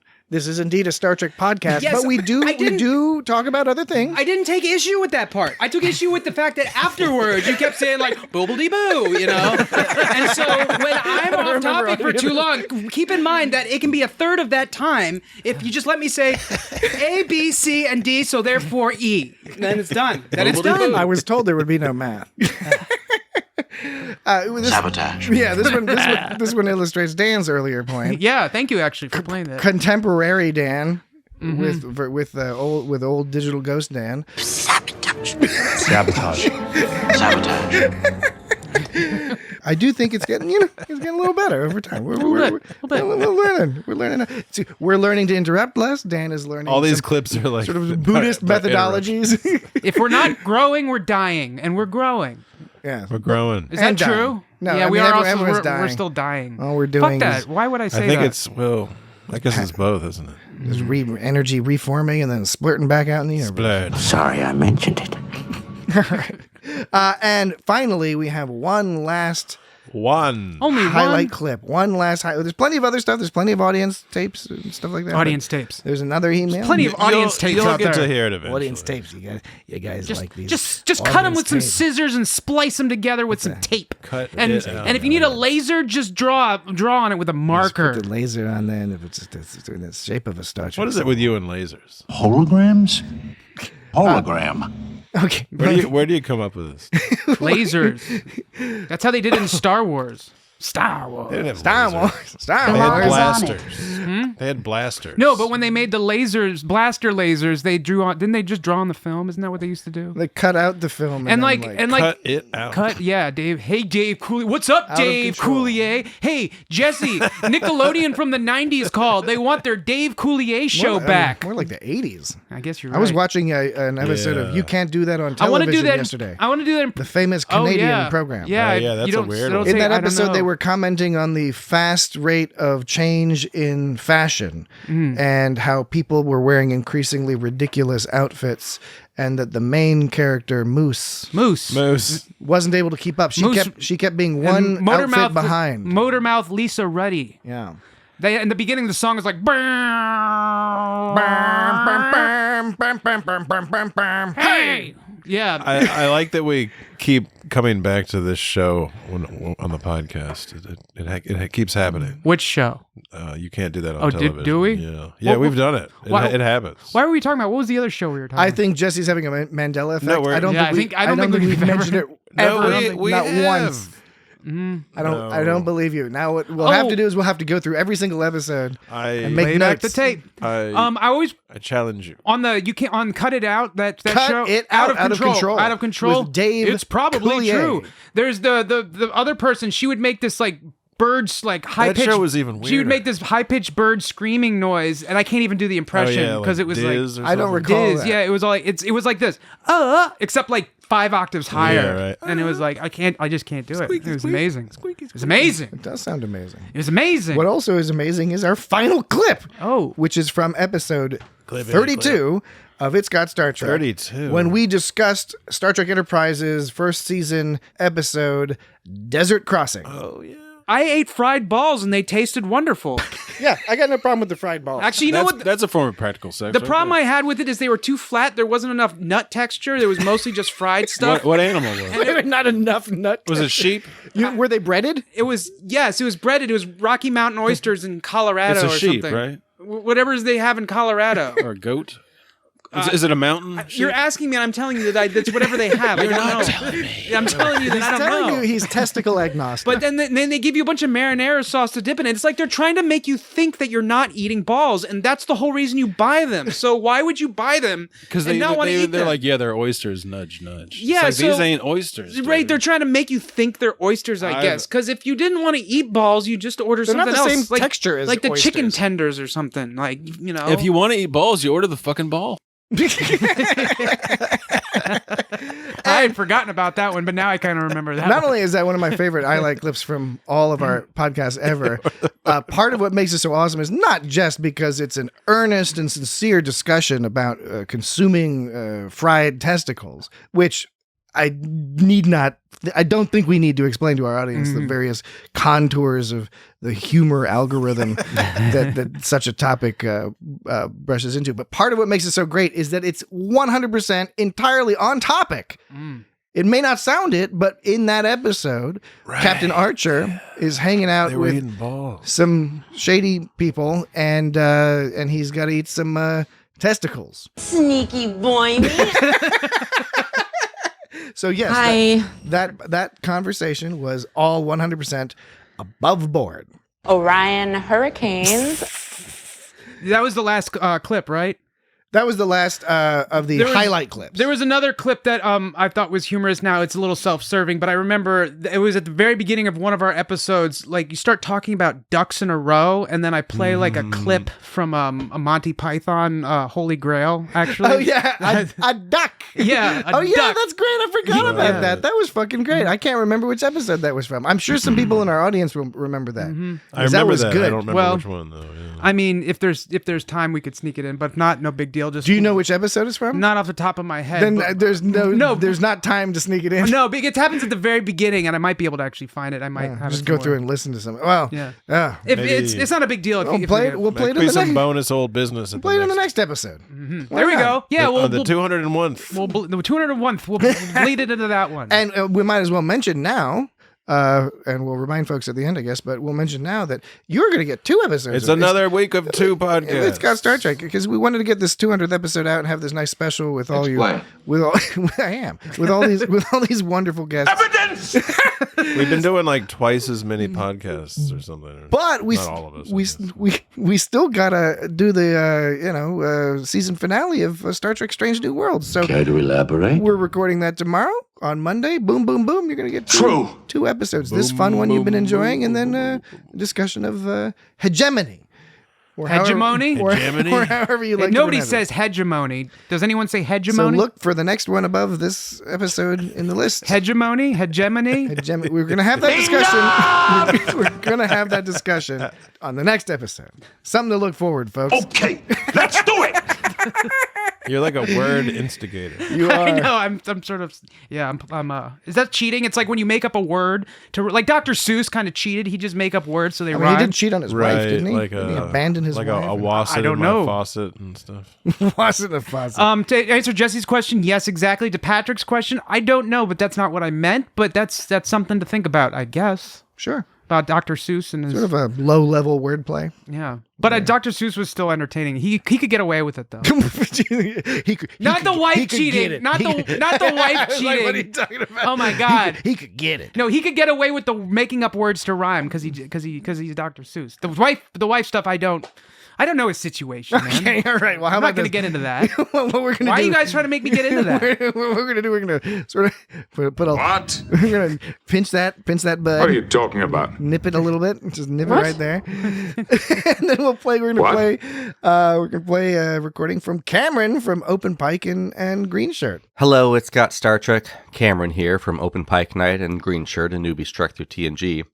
I still remember when I learned about your show. Back then, my current co-host, Jesse, was but a fellow podcaster and listener of my show. And one day, out of the blue, he says to me, I think we should listen to other Star Trek podcasts. And I knew that he meant he wanted to listen to other Star Trek podcasts. But not just any. No, there was one who'd been catching his ear. It's got Star Trek. Now, you know as well as I, if you love your fans, you set them free. So I did. But I had to know, what do these guys got that I don't have? I got Star Trek too. Well, I gave you a listen, and damn it, I couldn't stay mad at you. Your energy, your humor, your zaniness, just all so infectious. It got weird there for a while. I'd sometimes ask Jesse to call me by your name when he was on my show. Don't judge me. It's understandable. But now I'm just glad we got 200 episodes of you to listen to, and deeply appreciate all the support all three of you have shown our Open Pike Night experiment. You're good podcasters, good Trekkies, and great friends. Here's to 200 more. Make it so. Thank you, Cameron. Yeah, thank you. And again, we've already extolled the virtues of both the Open Pike and the Green Shirt podcast. Cameron being a core part of both of those. Thank you, sir. You know, when you're looking into podcast partnerships, he might be the guy to go to because every podcast he shows up on is working out pretty fucking well. So, hey, some special Cameron magic there. Future Boy did it. Thank you very much for those kind comments. We'll move along to Steven Schwartzoff from Czech Republic, and he's invited us to join him. By the way, next time we're in the area, he says we should stop by. We'll hang out, and I'd totally like to take him up on that. Heck yeah! Gentlemen, this is Steve from Olomouc in the Czech Republic. I wanted to congratulate you on reaching your 200th episode. I have been loving the show for a while, so much so that actually recently my podcast player just simply got stuck on your episode about a piece of the action, and I listened over and over again, with never getting bored until I realized that it's possible that the reason the Iosians liked the gangster stories so much was that they were something like Admiral Akbar's species in Star Wars, that they just reproduced so much that they needed to kill off a bunch of their people, and they really didn't care about the life of any individual member of the species. And so the gangster lifestyle just worked perfectly for them, and maybe Kirk has actually destroyed the ecological balance of their planet. I'm pausing it real quick because that's a very good point. I didn't know that about the Mon Calamari. And I remember, even though it was a long time ago, I do remember us on that in the piece of the action discussion. I think what he's referring to is we were like, how do you get a planet? How does a planet work? I think Dan, you might have been the one to bring it up. Is like, how does it function if everyone's like shooting at each other and being gangsters all the time? It's like, how did that society survive as long as it did? I guess the book had only been there like so long, but still, it was kind of an interesting point that Steven's making. Yes. So you've led me to great insights. And I did recently just your last episode, and you're talking about the musical. I was somewhat surprised that you Strange didn't New Worlds. talk about the 1976 Mad Magazine Star Trek the Musical, which I guess was I want to check this out. First Star Trek musical. Which included a scene where Spock points out to Captain Kirk that they have 480 crewmen and 475 do absolutely nothing. And Kirk points out that no, they're not doing nothing. They're waiting around to be killed. And goes into a song, which is sung to the tune of Age of Aquarius, which I will apologize for my singing, but goes, as your ship goes through the galaxy to distant worlds way past Mars, make sure that your adventures do not kill off your stars. And you can do it with the crew that's dispensable. The crew that's dispensable. Dispensable. So, someone who actually knows how to sing should probably do a good version of that. So, keep up the good work. Loving your shows. Keep it up. Bye. Thank you, Stephen. And thank you for the recommendation. I was not aware of the Mad Magazine Star Trek the Musical. You can get it on, I'm looking at the cover of the episode, they called them issues, actually, back then. You can get it on eBay for $9.99 plus $5.99 shipping. You can buy that issue of Mad Magazine, and there's a picture of Kirk, Spock, and Alfred E. Newman, like with the one of those hats. They're doing that trick with the cane and the hat. Does he have a beanie hat, or what kind of No, hat? what are the flat... Those kind of, yeah. The ones with the fedora? No, it's not a fedora. It's like... Was it a barbershop quartet hat? Yeah, like one of those. Okay, I got you. I don't know what it's called, but I got you. You know how the 10-gallon hats are all tall? These are the opposite of that, but they still have This is like a... They have a bump that comes out, but quart hat. They're short, and they have a circular rim. Yeah. Circular flat rim. And they're straw colored. They don't call them straw hats. I don't know. Anyway, it's not important. Alfred E. Newman. Well, we will. That's an interesting fact about Admiral Akbar's people. I didn't know about that. They had population problems. It makes sense. Different strokes for different folks, as they say. Well, I don't know how that applies. Hey, I was trying to... I'm saying, like, some people, they produce so many eggs that you got to murder some of the babies. Some people cucumbers I like it. you only got a few babies, so you got to protect them. It is the only logical conclusion. Okay. How about we do an email? It's the last email for the evening. Dear Patrick, Dan, and Jesse, wow, 200 episodes. It barely feels over 180. I know, right? Smiley face. I listen to you. What happened to the last 20? I listen to you every week and have recently started digging into your back catalog. Digging. When I've run out of or gotten sick of other podcasts to listen to. And it's so great that you've done so many shows that it will take me a very long time to run out of episodes. But listening to these old episodes did make me think of a question for you. You cover new shows as they air, then use Dan's algorithm or other methods to sort of randomly jump around the Star Trek universe. That made me wonder if you had a recommended order of watching Star Trek for new fans. Should people watch in timeline order or broadcast order or order of what people consider the best shows or just a selection of key episodes? What do you think? Thank you and so much for 200 episodes. And that's from Luis in Peru. Well, thank you, Louise from Peru. Is she asking about? Wait, she's I asking.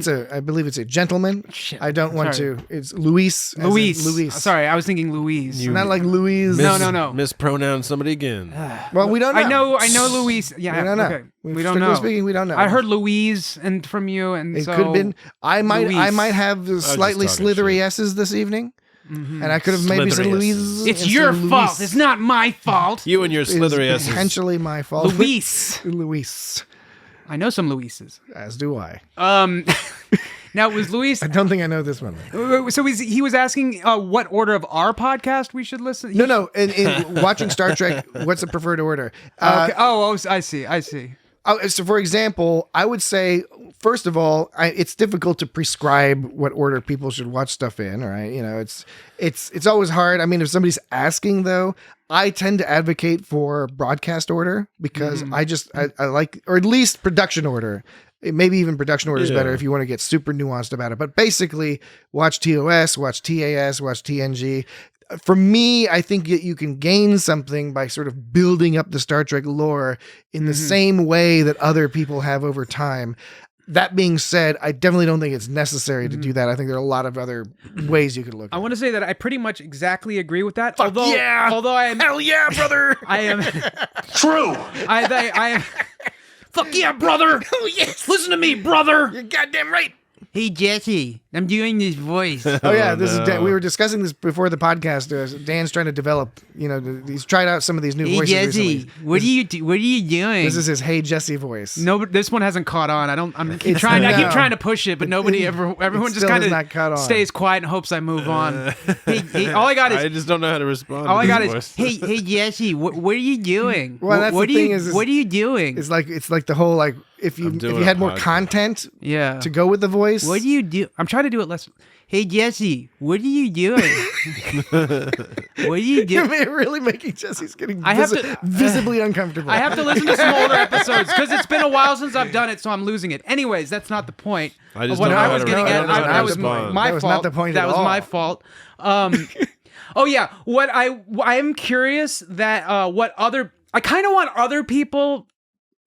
if I was going to recommend what they should do, Other people. what I was going to recommend to people what they should do is what I think is generally the most preferable. How I would do it if it were me. Do what you want. How I would do it is always watch it in production order, but I am interested in people watching it in chronological order because I kind of want that perspective, but I can't force that on someone. That's kind of weird. So like, I want to know from people like I will just verbalize the issue. It still starts with the cage, which right? is so say you start watching Enterprise. Starts with a C. I'm sorry, Enterprise. There are references and jokes in Enterprise that you won't get because they reference something later. And so it won't have the same meaning to you. Now, there may be a benefit to that. There may be something a little bit of sexy about that, a little fun. Like, imagine watching Star Wars from the episode 1 and not, like, seeing... I would rather not imagine that. No, you're not. That sounds weak, That's why I'm dude. saying I wouldn't recommend anyone that I wanted to enjoy it to do, but if I didn't care about you so much, I might be like, yeah, watch it from episode 1 and get back to me. I'm just because I'm using them because I'm curious. It's such a bizarre social experiment. I wondered about that. Well, and the other thing, of course, is people often will be coming to Star Trek having watched some of perhaps one of the newer series, right? Absolutely. Exactly. No. So they will already have some. Something got them interested in it, and if they're really interested, then they might be like willing to go back to TOS. Other people might find TOS a little challenging, although honestly, when you see it all the time in social media and Reddit, etc., when people say like, I never gave TOS a chance, I finally went back and started watching it, and I was surprised at how good it was. You're damn right. It's a pretty fucking good show. There's some silly stuff, there's some low budget stuff here and there, but honestly, there's some amazing stories. And watching TOS is really informative to pretty much any episode of later Star Trek is in one way or another influenced by that show. So I think from an intellectual perspective, at the very minimum, it's worth it. But also from an entertainment perspective, you are missing out on some great performances, some great stories. There was a moment in TOS, and you were talking about earlier. You were talking about what's that TOS episode we were talking about when they went on the planet back in the day, the time travel episode. They went on the planet. The You mean time the episode of travel TOS where they went on the planet? What are you talking about? Are you talking about the Strange New Worlds The one episode? that had Spock No, and it's Kirk. TOS. Do you mean the episode of Piece Star of Trek the action where they time traveled? A piece of the Because action. they didn't even time travel in that. That's That was not just a some, time- that was just some goofy yeah, ass okay, people yeah, reading right. a book. You're right. It was different. It looked like it was time which traveling. happened all the time on TOS. Right, because you were saying that Like the Nazis. I was like, how do planets work? I don't remember asking that question, but I do remember asking a question about a planet. There was in TOS, they were orbiting around a planet, and they were like, we only have an hour before our orbit decays and we crash into the planet. And I remember saying like, I don't know if it's true, man. Like That was Obsession, I think. That was that? I was Might like, have been it's like things orbit for a long fucking time. They don't just fall out of. That's the whole point of going into orbit. There's like. Well, that's a physics question, whereas in a piece of the action, your question was sociological. Oh, was it? Because you were making the point, this is a planet where everyone's a gangster and they're all killing each other. How does that sustain itself? Like, how do you run a society with that? Which I thought was a Got to a play good back point. that tape. Yeah. Yes, we could. We're not going to tonight, but we could. Yes. This is such a clean. Yes. Clean Spock, yes. Yes. You could use that as your like a Windows thing. Yes. Yes, I could. Yes. Like one of my brothers Yes. had a Mac and like it used to make this duck noise whenever you like did something bad. Was it It like would- quack? Yeah. Wait, quack. how many brothers do you It was have? like whack. It was like, Mine would say, do the Spaceballs. I'm surrounded by assholes. Like when there was an error. Error. I used to have Homer going, don't. Keep firing, assholes. Don't. Okay. All right. I I had think all sorts we've of stuff. provided sufficient responses to that. I don't want to tell how many brothers I have, Jesse, because I don't want someone to dox me. Yeah, I know. I was just kind of goofing around. I know how many brothers you have. got like 20 brothers. Obviously. Obviously. Okay, let's have, we only have two more audio businesses. I thought this was going to make me feel like uncomfortable, like hearing from people, like their people's opinions about something I'm involved in. I thought I'd be like, oh, I'm so embarrassed. It's What so if you weird. get all like weird in the last two? Oh man, I just set myself up.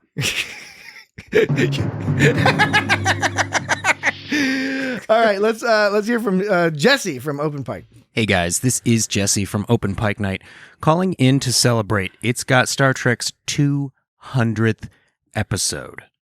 Star Trek at its core is about relationships.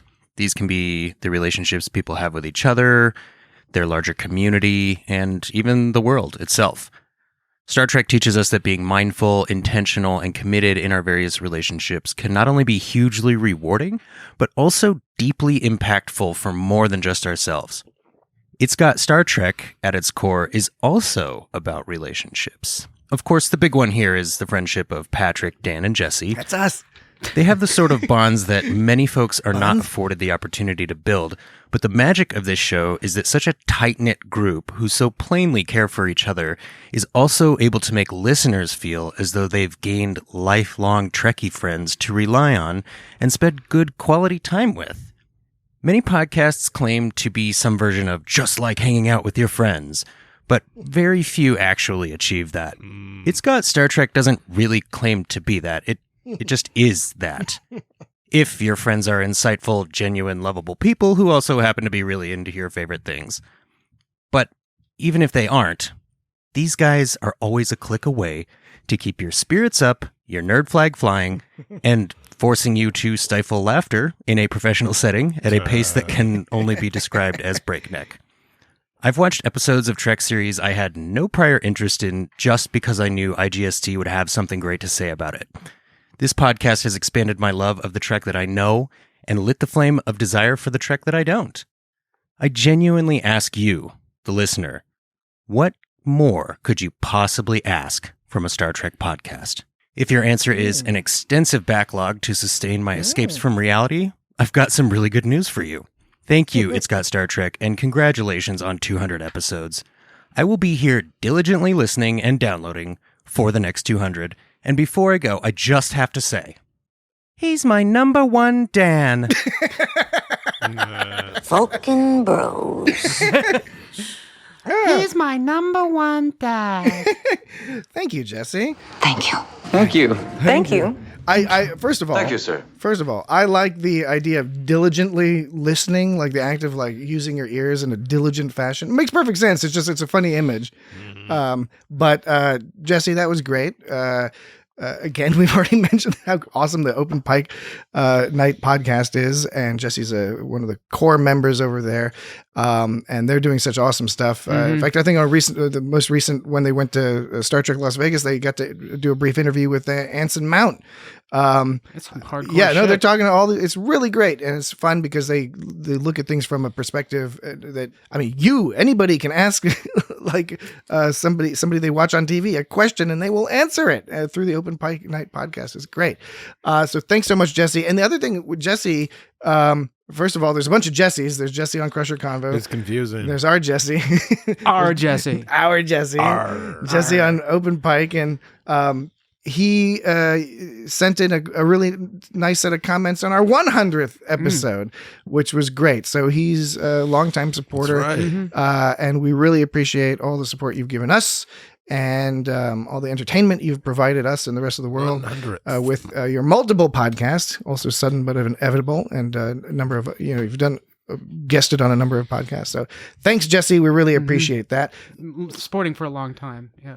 Like So, supporting. That's what I said. Oh. What did you think? What did I say? No, my brain knew you said supporting. I'm curious what I sounded like. My ears thought you said sporting. Sporting. Well, Jesse's very sporting too. Well, I imagine Jesse from Open Pike, as opposed to our Jesse, like wearing some sort of sporty clothes, maybe going duck hunting. Well, he's like a sporting chap. It's like, well done, sporting chap. Sporting chap. Sporting chap. Okay, last. Hi, thing. This is Patrick from the It's Got Star Trek podcast. What the fuck? I wanted to congratulate you all on 200 episodes. I think that's pretty cool. But cool mainly, and quite sincerely, I wanted to thank my co-hosts, Dan and Jesse, for being such awesome partners in this silly little enterprise that we've pursued over the past number of years and will pursue for at least 5 or 6 more episodes. We'll see. Seriously, it's so fun getting to hang out with you guys each week. It's even more fun since I get to edit the podcast. I get to hear it all before all the listeners. That's pretty cool. And especially like I get all the jokes that I missed while I'm talking when Dan and I are talking over each other, and I get to hear all Jesse's clever jokes. Yes. Or when I realize, Dan made really good point that I was giggling about something, so I didn't pay attention to it. Seriously, thank you so much. It's been a wonderful time. I hope we can do it for a whole heck of a lot longer. Have a good one. Congratulations. Goodbye. Well, thank you, Patrick. Thank you, Patrick. I really appreciate that. That was really touching. That was really honest. So How do you know? Maybe I just made it up because it would sound good on the podcast. That was you? That was me. Then why'd you thank Patrick? Wait a minute. Because I'm playing the whole thanking Patrick game. Yeah, but then I said thank you to Patrick, and then you were like, "Why are you thanking me?" I was like, "I'm not thanking you. I'm thanking Patrick." Yeah, Are we doing an Abbott and Costello routine here? Kind of. I don't know. I'm not 100% sure. Okay, well, that does it for all of our audience stuff. I have had a blast doing Let's this. do a podcast about roast beef sandwiches. Jesse's already ready to go to the next topic. I was about to be all like heartfelt. I was like, I've had a great time over these years. It's been a blast. All this. I'm really happy I decided to do these roast beef sandwiches. Jesse is all about. I think I'm hungry. Okay, no, that's excellent timing. Actually, I'm actually being serious. Let's do some. let's do some thank yous. Thank you first, of course, to everyone who sent in emails and audio clips, especially the audio clips. We know, it takes time and effort, and people can be shy and all that stuff. So really do appreciate everything people sent in. And while this, of course, was a special episode, hey, we're gonna leave the audio recording thing up. Our email's always open. We'd love to incorporate more audience feedback. So if you ever feel inclined, just send us a question or comment or whatever. Feedback. Send it along. We'll try to incorporate it into the show. Back tag. Back tag. Also, we that son of a bitch. I think I may have mentioned, but I just wanted to make sure people know. We can get to all the emails, so we will try to incorporate those into later shows if possible. We also want to thank many longtime supporters, social media and elsewhere. Kara, Funnest Frontier, Darren Nobis, Kate Mora, Gibberkit. Jimmy, formerly of Philly, currently of around the corner from my house. So we'll have to have Jimmy on again sometime soon. Jimmy from down the block. Jimmy from down the block. Oh, that Jimmy. We want to thank the vast and silent lurker audience because the vast majority of people never interact with us, and that's fine. It's what a podcast is. It would be perhaps problematic if everyone reached out to us. Unless you want to send us $1. If everyone sent us $1, that would be A-okay by us. Just send that $1 to feedback@itsgotstartrek.com. See, what you do is you send all of us send me $1. No, I send one I send one of you $1, and then all of you send me $1, and then we all make more money. Isn't that how the money making strategy works? Well, we'll discuss that. You get $1. No, you pay $1, and then 2 other people send you $1. Isn't that that's how you make money, right? That's exactly sound right. Exactly how you make money. Okay, anyway, but yeah, no, honestly, thank you for everyone who listens to the show. It's a silly show, and so we're glad that you find some utility from it. And then I take your money. Jesse's threatening you, but I'm trying to say we think it's great. At the very minimum, you think it's worth subscribing to the show and having your phone download a file every week, which is the bare minimum to make us a podcast. And last but not least, actually, no, not last but not least, second to last, we don't want to leave out all the writers, producers, actors, etc. Everyone who fucking works to put together Star Trek. Chief O'Brien gives us something to talk about and discuss. And a bunch of those people are dealing with horrible corporate evil overlords now. That's why we got the writer strike, the actor strike. Affirmative. All sorts of labor actions going on. People need to be treated fairly, so we support all that. And that's right. I hope it all gets resolved in their favor. It is, after all, we can wait for our entertainment if it leads to better lives for the people who produce and create that entertainment for us. To the max. But finally, also, I think it is important to thank our families that put up with our silly little fun time program here. We have all sorts of folks who rely on us and occasionally rely on us slightly less because we're like, get the podcast together. So we very much appreciate your indulgence as we enjoy this fun little activity we do each week. For real. Now, we already mentioned it, but next episode, it's already going to be in your list. 201. By now, episode 201, where we discuss Star Trek Strange New Worlds, Hegemony, the season finale of that show. Hegemony. And Dan, did you have a? Oh, I was just wondering, like, if I broke it down all serious like that for like a minute, do you think I would have been able to get through the whole thing, or do you think a derailment would have occurred? You mean if you were talking like before Jesse started threatening the audience, like if you could get out? I was like threatening Dan. You know, if I was all like, you know, hey guys, thank you. You know, you guys are great. You. I think you could have gotten pretty deep into it. Yeah, you think so? How long do you think I would have lasted before I got derailed? 45 seconds. It depends, because you did get derailed by Jesse in this case. So there's the external derailment. Super derailed. If you the roast beef sandwiches? That was kind of funny though. If you weren't externally derailed, I think easily 45 seconds to a minute before. That's the question though. Some internal. But that's the meat of the question. Yeah, but I think you would have gotten the majority of your sincere feelings out before you started spiraling into something. So is that it? It's like you're like, oh, I'm detecting Dan is spiraling. Let's jump in here. I mean, I wish I could say that was what it is. That's what it's not. Yeah. No, it's selfishness. Mm-hmm. It's selfishness, foolhardiness, that sort of thing. Well, but we're getting better. We're all being honest. So I appreciate We're getting better. We got another few hundred episodes. Mm-hmm. We'll get there in the end. You know what? We got Jesse to stop clicking that pen. Yeah. That's good. That was a thing for a little bit.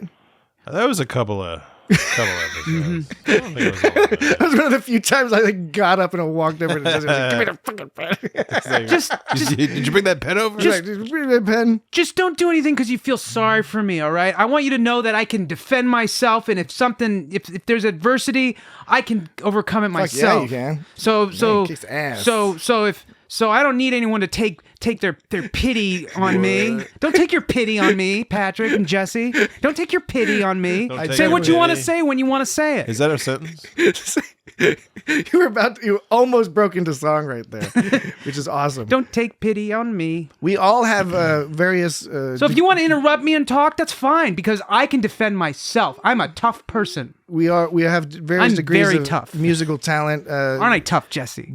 Jesse and Dan in particular have. My name is Dan. Jesse, stop. Talent. Stop it. Come on, you guys. We should do a musical episode of the podcast. Hey, Dan, what are you doing? Anyway. All right. It's my wine boy. Hey, Dan. Hey, Jesse. What are you doing? Hey, Dan. Hey, Jesse. What are you... Okay. See, this is what happens. We're all done. It was such a nice episode. But we're all like, we didn't have enough time to get derailed. So we'll do it right at the fucking end. Mm-hmm. No, that's okay. It was fun. Hope everyone enjoyed this 200th episode Specialtacular. We'll see what we come up with for the next, I don't know, whatever the next Specialtacular. thing is. As Tarek noted, we're picking the sort of fairly simplistic arbitrary numbers at the hundreds. Tarek noted that we could have done years or other, We could have said 250, because that's 250,000. We could have done that. There's a lot of things we could have done. We could have done 300. We can still do that. We could have done 333, because that's 1/3 of 999. Yeah, but for now, we'll see what happens when we get to that episode. 333. Maybe we will celebrate it. Maybe not. But regardless, next episode coming up real soon, so we don't really have to wish you like a long week or nothing. We don't have. Normally, I'm all like, I hope you have a good week. Hey guys, the next episode's coming up. I'll wish you a nice week after that episode. How's that? Oof. All right, have a good one. Bye. But you're doing it wrong. Those people are just really I'm not. I'm just saying that I'm cool with like a little bit more haphazard than like the beginning of the season. We want to be all like, well, we've got everything in organized fashion. All our ducks are in a row. Where our ducks can be running loose today, I think. Are you sure it's a duck or is it a bee? What was that? A bee? A bee? The Borg. Okay. Bee. Yes. The Borg. There's a lot to discuss this episode. Okay. We haven't even mentioned a duck.